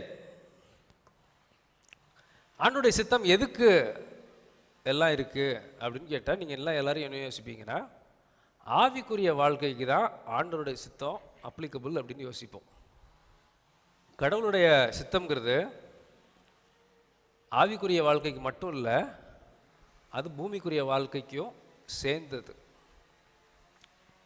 ஃபஸ்ட்டு உங்கள் பூமிக்குரிய வாழ்க்கை என்ன வேலை பார்க்க போகிறோம், இல்லாட்டி என்ன படிப்பு எடுக்க போகிறோம், எந்த காலேஜுக்கு போக போகிறோம், அதே மாதிரி எந்த பெண்ணையோ இல்லாட்டி எந்த ஆணையோ சூஸ் பண்ண போகிறோம், இது எல்லாத்துக்குமே அப்ளிகபிள் ஆகிற விஷயந்தான் கடவுளுடைய சித்தம்ங்கிறது. அது ஏற்ற மாதிரி விஷயத்தை நம்ம சூஸ் பண்ணோன்னா அது ரொம்ப வாழ்க்கையில் சிறப்பாக இருக்கும். சில பேர் யோசிப்பீங்க, கடவுளுடைய சித்தத்தின்படி வரும்போது கணவனுக்கும் மனைவிக்கும் சண்டை வருது, அதுக்கு என்ன சொல்கிறது? ஆண்டவர் செஞ்சே உங்களுக்கு யாராவது ஒருத்தர் கொடுத்தாலும் அங்கேயும் சண்டை என்ன பண்ண தான் செய்யும்.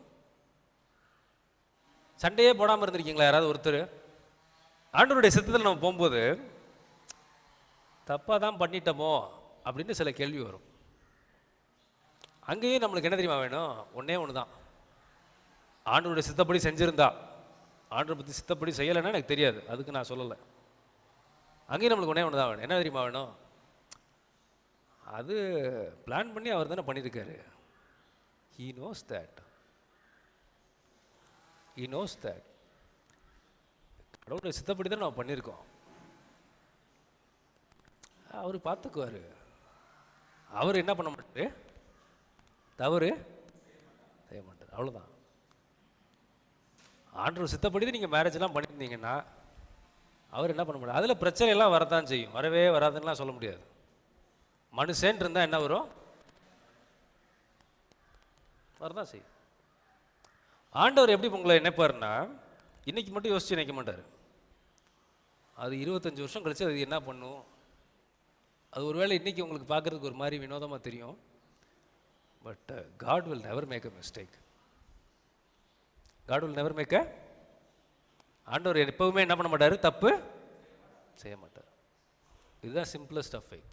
இதுதான் விசுவாசத்தின் அடிப்படை. ஸோ நீங்கள் என்ன வேலை பார்க்கணும்? பெசலியல்னு ஒருத்தர் இருந்தான் பைபிளில். பெசலியலுக்கு என்ன ஆண்டவர் சொல்கிறாருன்னா, அவனுக்கு நான் ஒரு ஆவியை கொடுத்துருக்கேன், என்னோட ஆவியை. அதை வச்சு நுணுக்கமான காரியங்கள்லாம் வேலை செய்வான். நுணுக்கமான காரியங்கள்லாம் கார்பென்ட்ரி ஒர்க் பண்ணுவான். செத்து வேலையெல்லாம் சிறப்பாக பண்ணுவாங்க. அதுக்கு நான் ஆவியை கொடுத்துருக்கேங்கிறாரு. அப்படின்னா ஆவியானவருங்கிறவர் நம்ம நினைக்கிற மாதிரி இங்கே அந்நிய பாஷை பேசுறதுக்கு மட்டும் இல்லை, உங்களுக்கு சொப்பனத்தை மட்டும் சொல்லிக் கொடுக்குறதுக்கு மட்டும் இல்லை, உங்களோட வேலைகளில், உங்கள் வேலைகளில் உதவி செய்கிறதுக்கு அவர் இருக்கார். உங்களை கூப்பிட்டு பாராட்டுவாங்க, சிறப்பாக பண்ணியிருக்கீங்க வேலையை. எந்த வேலையில் இருந்தாலும் சரி, எந்த வேலையும் கீழேயும் கிடையாது, எந்த வேலையும் மேலேயும் கிடையாது. எந்த வேலை இருந்தாலும் சரி உங்களை கூப்பிட்டு சொல்லுவாங்க, நீங்கள் வந்து ரொம்ப சூப்பராக பண்ணியிருக்கீங்க, வெரி குட் அப்படின்னு சொல்லுவாங்க. அதுக்கும் அபிஷேகம் வேணும், அதுக்கும் ஆண்டவருடைய சித்தம் வேணும். ஸோ என்ன படிக்கணும், எந்த கோர்ஸ் படிக்கணும், என்ன காலேஜுக்கு போகணும், அதையும் ஆண்டவர் சொல்லிக் கொடுக்க வில்லிங்காக இருக்கார். இப்போ நீங்கள் ஒன்று கேட்பீங்க, உங்களுக்கு ஒரு கொஷின் வரும், ஆண்டவருடைய சித்தத்துக்குள்ளே தானே நாங்கள் இருப்போம், அதே நான் ஒவ்வொரு டைம் கேட்கணுமா அப்படின்னு நீங்கள் கேட்பீங்க. வசனம் சொல்லுது, வாசலண்டையிலேருந்து கதவை தட்டுறேன், யாரு? உலகத்தை படைச்ச தெய்வம். அவருக்கு உள்ள வர தெரியாதா? முடியாதா? முடியும். வாசலிருந்து தட்டணும். இருதயத்தின் வாசலிருந்து கதவை தட்டிட்டு இருக்கேன், ஒருத்தன் என்னைய உள்ள கூப்பிட்டா நான் உள்ள வருவேன். ஏன் உள்ள வர தெரியாதா? அதான் நம்மளுக்கு கொடுத்துருக்க உரிமை. நீங்க கேட்டீங்கன்னா அவர் செய்வார், நீங்க இடம் விட்டீங்கன்னா அங்க வேலை செய்வார். எனக்கு இது தெரியும் சாமி, நீங்க ஒதுங்கிக்கங்க அப்படின்னு சொன்னீங்கன்னா அந்த இடத்துல ஒதுங்கிக்குவார். நீங்க ஆண்டவரோட பிள்ளையா இல்லாம போயிட்டீங்கன்னு அர்த்தம் கிடையாது. நல்லா கவனிங்க. இப்போ நீங்க வேலை பார்க்குறீங்க, வேலையை பார்க்குறது எனக்கு தெரியும் சாமி, நான் அதை பார்த்துக்கிறேன், எங்களுக்கு தெரியும். நீங்கள் ஆண்டவரோட பிள்ளையா இல்லாமல் போயிட மாட்டீங்க, பிள்ளையா தான் இருப்பீங்க, நேசிக்க தான் செய்கிறாரு, ரட்சிக்கப்பட்டு தான் இருக்கீங்க, அந்த இடத்துக்குள்ளே வரமாட்டார். அதான் அவருடைய மேன்மை, அவருடைய டீசன்சி. இப்போ நான் இருக்கேன்னு வச்சிங்களேன், நான் வந்து உங்கள் வீட்டுக்கு வரேன்னு நான் கேட்குறேன், பிரதர் நான் வந்து பயங்கர பிஸி பிரதர், நான் ஒரு 6 மாதத்துக்கு எனக்கு அப்பாயின்மெண்ட் என்ன பண்ண முடியாது, கொடுக்க முடியாது, அதுக்கு மேலே நான் வருவேண்ணா. யாருமே வரமாட்டோம். ஏன்னா நான் உங்களை மதிக்கிறேன் இல்லையா? உங்களை அவமதித்து நீங்கள் வாராதன்னு சொன்ன பிறகு நான் வந்தேன்னா என்ன பண்ணுறேன், உங்களை அவமதிக்கிறேன்னு அர்த்தம். அதே தான் ஆண்டவர். ஸோ நீங்கள் கடவுளுடைய சித்தத்தை ஸ்பிரிச்சுவலாக நீங்கள் செஞ்சுக்கிட்டு இருப்பீங்க, ஊழியத்தை நீங்கள் செய்வீங்க, குடும்பத்தை கூட அவருடைய சித்தத்தின்படி செய்வீங்க, வேலையை அவர் சித்தப்படி செய்யாமல் இருப்பீங்க. அப்போ அதுக்குள்ளே மட்டும் வரமாட்டார், குடும்பத்துக்குள்ளே வேலை செய்வார். ஸ்பிரிச்சுவல் growth இருக்கும். இல்லாட்டி நீங்கள் என்ன செய்வீங்கன்னா வேலையெல்லாம் அவர் சித்தத்தின்படி செய்வீங்க, அங்கே அவர் வேலை செய்வார். ஊழியம்னு ஒன்று வச்சுருப்பார், அதை செய்யாமல் இருப்பீங்க, அங்கே இருக்க மாட்டார். அதில் நீங்கள் கூப்பிட்டுருக்கவும் மாட்டீங்க, அவரை வரமாட்டார். எந்தெந்த பகுதிகளில் அவருடைய சித்தம் நடக்கணும்னு நீங்கள் கேட்குறீங்களோ அங்கே மட்டும்தான் அவர் உள்ளே வருவார். அவர் பக்கா ஜென்டில்மேன். வானத்தையும் பூமியும் படைச்ச தேவனாக இருந்தால் கூட கதவை தட்டுறேன்ப்பா, உள்ளே திறந்தீங்கன்னா நான் வரேன், என்னை நம்பி கூப்பிட்டீங்கன்னா வரேன், அப்படி தான் அவர் சொல்கிறார். ஸோ இது ஆவிக்குரிய அர்த்தத்துக்கு மட்டும் இல்லை, உங்களுடைய வாழ்க்கை, உங்கள் படிப்பு, கல்வி, இதுக்கு எல்லாத்துக்குமே ஆண்டவருடைய சித்தங்கிறது இருக்கு. கடவுளுடைய சித்தத்தில் போகும்போது ஏங்க பிரச்சனை? கடவுளால் எல்லாம் தான் முடியுமே. வசனம் சொல்லுதே, அவர் சொல்ல ஆகும் கட்டளையிட நிற்குண்டு. அப்புறம் ஏன் என் வாழ்க்கையில் பிரச்சனை? 1 பேதுரு 5 8வது வசனம். தெளிந்த புத்தியுள்ளவர்களாய் இருங்கள், விழித்திருங்கள், ஏனெனில் உங்கள் எதிராளியாகிய பிசாசானவன். ஓகே, இதில் என்ன போட்டிருக்குன்னா எதிராளியாகிய பிசாசுன்னு தமிழில் போட்டிருக்கு. இங்கிலீஷில் அட்வர்சரின்னா என்னென்னா தொல்லை கொடுக்குறவனாகிய பிசாசு. அவன் பேர் என்னவா? தொல்லை கொடுக்குறவன். பிசாசுக்கு பேர் என்னன்னா தொல்லை கொடுக்குறவன். அப்போ பிசாசு வந்து பிரச்சனை பண்ணுறான். நம்ம என்ன சொல்கிறோம்? கடவுளுடைய சித்தத்தில் தானே போகிறோம், எனக்கு ஏன் பிரச்சனை, எனக்கு ஏன் பாடு, எனக்கு ஏன் கஷ்டம், எனக்கு ஏன் தொல்லை? சிம்பிளாக சொன்னால் எனக்கு ஏன் பிரச்சனை, எனக்கு ஏன் தொல்லை வந்துட்டுருக்கு. நம்ம நினைக்கிற மாதிரி எல்லா தொல்லையும் ஆண்டவர் வந்து நீ கஷ்டப்படணுங்கிறதுக்காண்டி உன்னை அடித்து பார்ப்போம், எவ்வளோ அடி வாங்குறான்னு பார்ப்போன்னு இந்த போலீஸ்காரன் குடும்பக்காரனுங்க சில பேர் இருப்பான் இல்லை, அப்படி ஆண்டவர் கிடையாது அவர் இல்லையா? அப்படி கிடையாது, அவர் அப்படி கிடையாது, நல்லவர். அப்புறம் ஏன் பிரச்சனை? சரி, ஒருவேளை நீங்கள் பிரச்சனையே வரக்கூடாதுன்னு நினச்சிங்கன்னா அதுக்கு அர்த்தம் என்னன்னு நான் சொல்கிறேன். அதுக்கு என்ன அர்த்தம்னா, இதில் நமக்கு இந்த வசனத்தை படி நம்மளுக்கு தெரியுது, தொல்லை யார்கிட்டருந்து வருது, தொல்லையே வரக்கூடாதுன்னு நான் நினைக்கிறேன். அப்படின்னா என்ன அர்த்தம்னா, நான் என்ன எதிர்பார்க்குறேன்னா, ஆண்டவர் வந்து பிசாசிட்ட போய் என்ன தெரியுமா நான் கேட்கணும்னு நினைக்கிறேன், பா என் பிள்ளை ரொம்ப பாவம், அவனை போய் நீ தொந்தரவுலாம் என்ன பண்ணிடாத, அவன் பாவம், அதை விட நான் பாவம், ஏன்னா அவன்கிட்ட என்ன பண்ண முடியாது, என்னால் காப்பாற்ற முடியாது அப்படின்னு நாம் போய் நெகோஷியேட் பண்ண, அவன்கிட்ட போய் பேச்சுவார்த்தை நடத்தணும்னு நம்ம எதிர்பார்க்கணும்னு அர்த்தம். ஒரு உதாரணம் சொல்கிறேன், நல்லா புரியும் உங்களுக்கு. ஒரு போலீஸ்கார் இருக்காருன்னு வச்சுங்க, ஒரு இன்ஸ்பெக்டர் இருக்கார், கான்ஸ்டபிள் இருக்கார், அங்கே ஒரு திருடன் இருக்கான். கான்ஸ்டபிள்கிட்ட போய் இன்ஸ்பெக்டர் சொல்லி அனுப்புறாரு, இதெல்லாம் போய் சொல்லிட்டு வான் திருடன்ட்ட. இவன் வந்து பேசுகிறான், கான்ஸ்டபிள் பேசுகிறார், ஐயா சொல்லி அனுப்புனாருங்க, ஐயாவுக்கு 4 வருஷமாக சுகரு, முட்டிக்கால்லாம் வலிக்குது, பாவம் அவர் எந்திரிச்சு நடக்கிறதே கஷ்டம், நீ பாட்டில் திருடனு வச்சுக்க, அவர் ஓட வேண்டியதாக இருக்கும், அதனால் நீ என்ன பண்ணிடுறாத, திருடாத, நாங்கள்லாம் பாவம், கவர்மெண்ட்டே எங்களுக்கு கொடுத்துருக்கா, நாங்களாம் பாவப்பட்டு உட்காந்துட்ருக்கோம், நீ தயவு செஞ்சு திருடாத, திருடி எங்களை என்ன பண்ணாத. இதை போய் கான்ஸ்டபிள் ஐடியா கொடுத்தா இன்ஸ்பெக்டர் என்ன பண்ணுவார், சார் நீங்கள் ஏன் சார், உங்களுக்கே பாவம் சுகர் இப்போ தான் வந்திருக்கு, நீங்கள் ஓட்டிங்கன்னா ப்ரெஷர் வேறு உங்களுக்கு கூடிடுது, முட்டிக்கால் வேறு வலிக்குதுங்கிறீங்க, பாவம் வீட்டுக்கு போனீங்கனாலே உங்கள் வீட்டுக்காரம்மா தான் எண்ணெயெல்லாம் போட்டு தேய்ச்சி விட்றாங்க, அதில் தான் நீங்கள் உங்கள் லைஃபே ஓடிட்டுருக்கு. நான் போய் என்ன பண்ணுறேன், இந்த திருடன்ட்ட ஐயா சொன்னார், கையெடுத்து கும்பிட்றாரு ஐயா அவன்கிட்ட, நீ என்ன பண்ணிடாத, திருடி எங்கள் வேலையை. இப்படி ஒரு கான்ஸ்டபிள் போய் இன்ஸ்பெக்டர்கிட்ட சொல்கிறான், அவன் என்ன பண்ணுவான், நல்ல இன்ஸ்பெக்டராக இருந்தால் என்ன செய்வான், சப்புண்டு ஒரு அறை வச்சிருவான். டேய், நம்மளுக்கு சம்பளம் வாங்கிட்டு துப்பாக்கி கொடுத்து நம்ம என்னத்துக்கு உட்காந்துட்டு இருக்கோங்க, அவனை பிடிக்கணும், அவனை பிடிச்சி விரட்டி பிடிச்சி அவனை அடித்து திருடாமல் ஆக்கணும் நம்ம, நீ என்னன்னா போய் அவன்கிட்ட போய் அதை தான் நம்ம செய்ய சொல்கிறோம் ஆண்டவர்கிட்ட.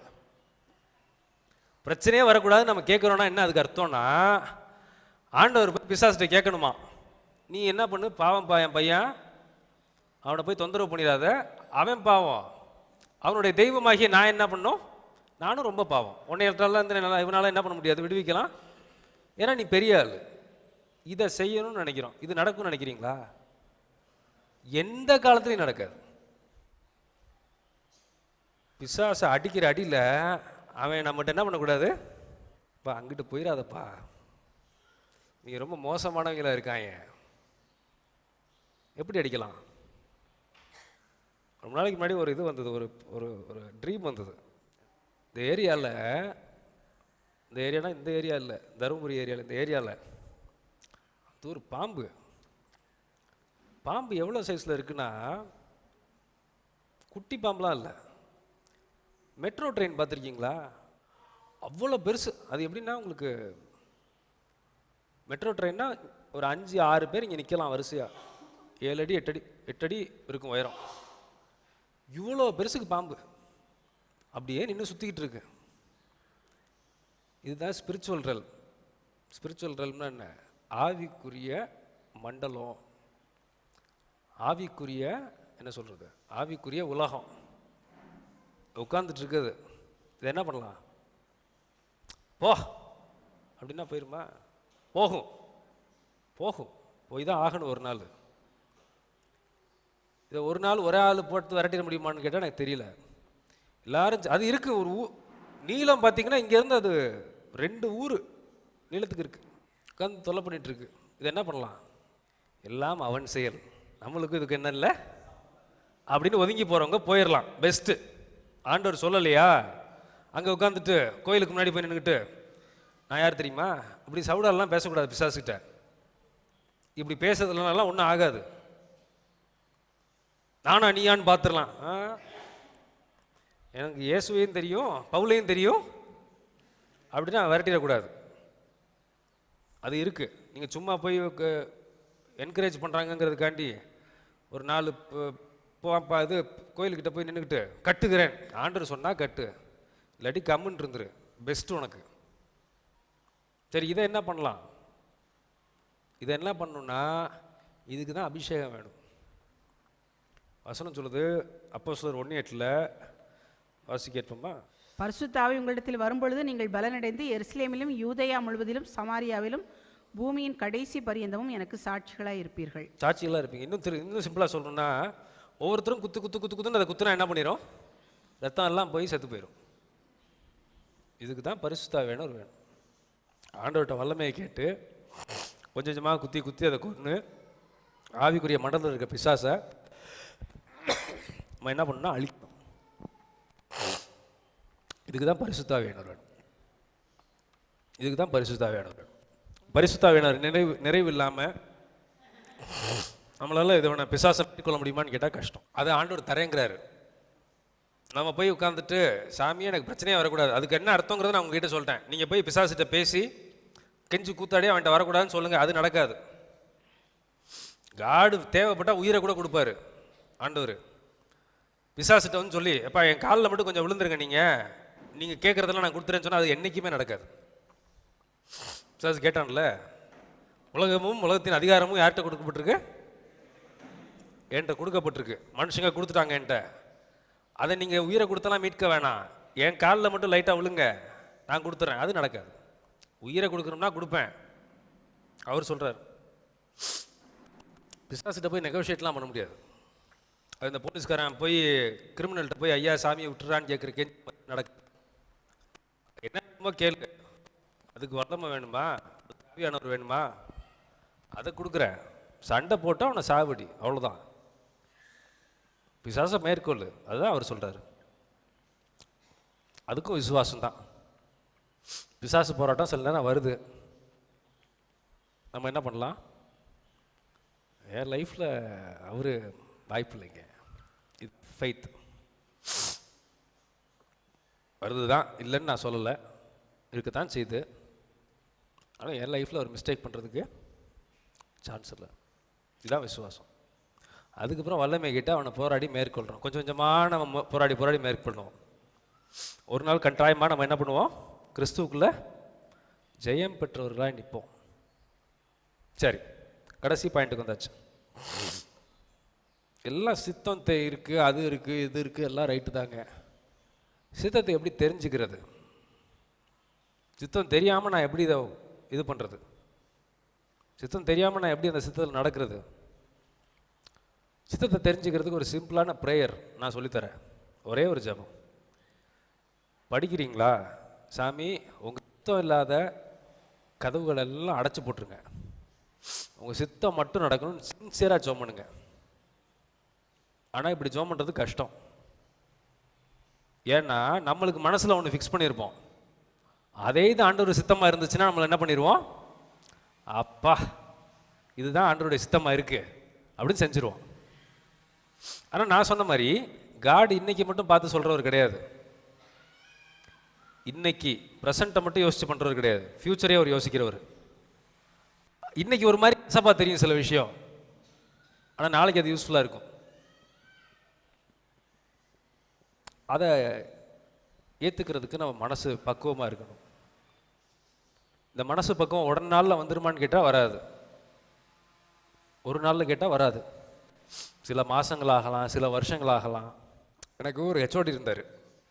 மேலே இருக்கவனை நம்மளுக்கு பிடிக்குமா? நல்ல மனுஷன்தான், நல்ல ஆள் தான். நம்மளுக்கு என்ன இப்படி சொல்கிறான் அப்படி சொல்கிறான், நம்மளுக்கு சில நேரம் கோபம் வரும், எல்லாம் பண்ணுவோம். ஒரு நாள் ஆண்டவர் சொன்னார், நான் அந்த வேலைக்கு வரல. என்னை சூஸ் பண்ணி உட்கார வச்சது யாரு? அவரு. அப்போ எனக்கு மேலே இருக்கவனை சூஸ் பண்ணது யாரு? நான் யாரு கீழே இருக்கணுங்கிறத சூஸ் பண்ணது யாரு? அவரு. அந்த ஆள் மிஸ்டேக்காகவே இருக்கட்டுமே, அவன் மிஸ்டேக்காகவே இருந்துட்டு போட்டோம். அவனை சூஸ் பண்ணி உட்கார ஒரு மிஸ்டேக் பண்ணுறதுக்கு வாய்ப்பு எல்லளவும் கிடையாது. சரி, ரைட்டு, ஓகே, செஞ்சுட்டு போயிடுவோம். அதுக்கப்புறம் என்னோடய வேலையோட தன்மையே மாறிடுச்சு ரொம்ப. அவனை உட்கார வச்சிருக்காரு, அவருடைய அவ்வளோ பெரிய இன்ஃபினிட் விஸ்டம் யோசிச்சு இவ்வளோ நம்ம மண்டை குருவி மண்டை இவ்வளோதான்.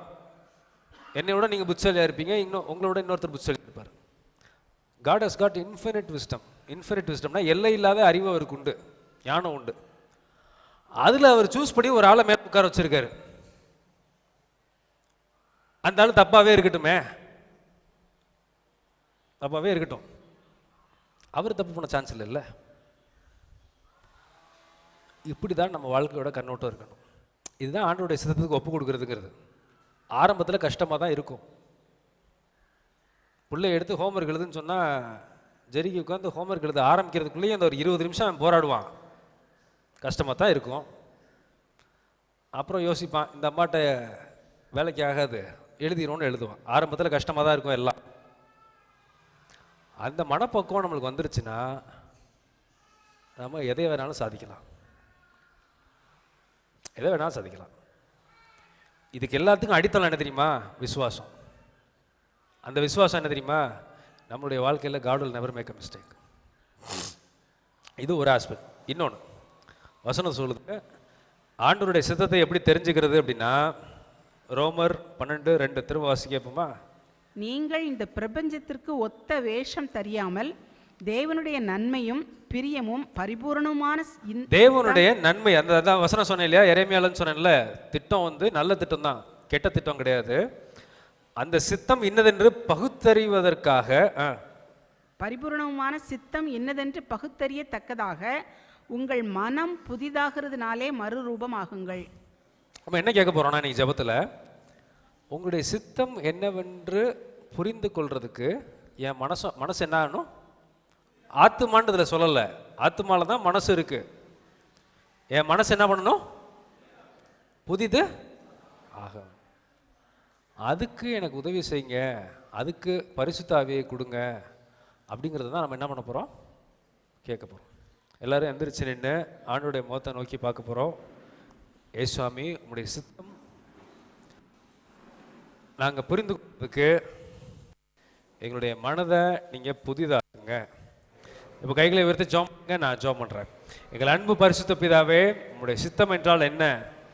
உங்களுடைய சித்தத்தில் இருக்க பாக்கியங்கள் என்ன? உங்களுடைய சித்தத்தினுடைய மேன்மை என்ன? உங்களுடைய சித்தத்திற்காக தான் நாங்கள் படைக்கப்பட்டிருக்கோம். அந்த வாழ்க்கையை வாழ நீங்கள் உதவி செய்ய வேண்டுமாக நான் ஜெபிக்கிறேன். உங்களுடைய வசனம் சொல்கிறது, தேவனுடைய சித்தம் என்னதென்று அறிந்து கொள்றதுக்கு மனம் மருத்துவமாகணும்னு ஒரு ப்ராசஸ் சொல்லியிருக்கீங்க சுவாமி. அது என்னங்கிறத உங்களுடைய பிள்ளைகள் கற்றுக் கொடுங்க. மனுஷனால் ஆகாதவைகள் தேவனால் ஆகும்னு நாங்கள் அறிஞ்சிருக்கணும். தேவ பிரசரம் சூழ்ந்து கொள்ளட்டும். உங்களுடைய வார்த்தை அது வெறுமையாக போயிட்டு வெறுமையாக வராதுன்னு நான் 100% விசுவாசிக்கிறேன் சுவாமி. சத்துருவை மேற்கொள்றதுக்கு உங்களுடைய பிள்ளைகளுக்கு பலனை கொடுங்க. நீங்கள் பொறுப்பெடுத்துக் கொள்ளுங்க, வழி நடத்துங்க. தெய்வ கிருபை நான் ஜெபிக்கிறேன். தேவ பிரசன்னம் சூழ்ந்து கொள்ளட்டும். இயேசு கிறிஸ்துவின் இடைநேற்று நாமத்தினால் எங்கள் ஜெபங்களை எல்லாம் தாழ்மையாய் உரிமையாய் ஏறெடுக்கிறோம். எங்கள் ஜீவனுள்ள நல்ல பிதாவே, நம்முடைய கர்த்தராகிய இயேசு கிறிஸ்துவினுடைய கிருபையும் பிதாவாகிய தேவனுடைய அன்பும் பரிசுத்தாவினுடைய அந்யோன்ய ஐக்கியமும் இன்றும் என்றும் சதா காலங்களிலும் நம் அனைவரோடு கூட இருப்பதாக. ஆமென்.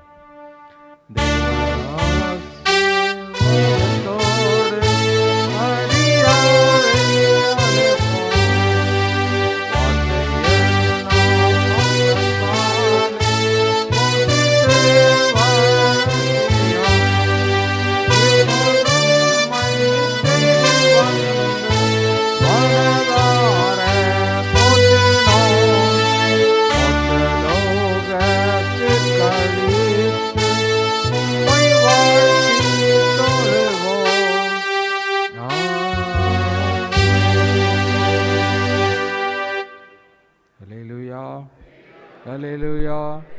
Hallelujah. God bless you. Amen.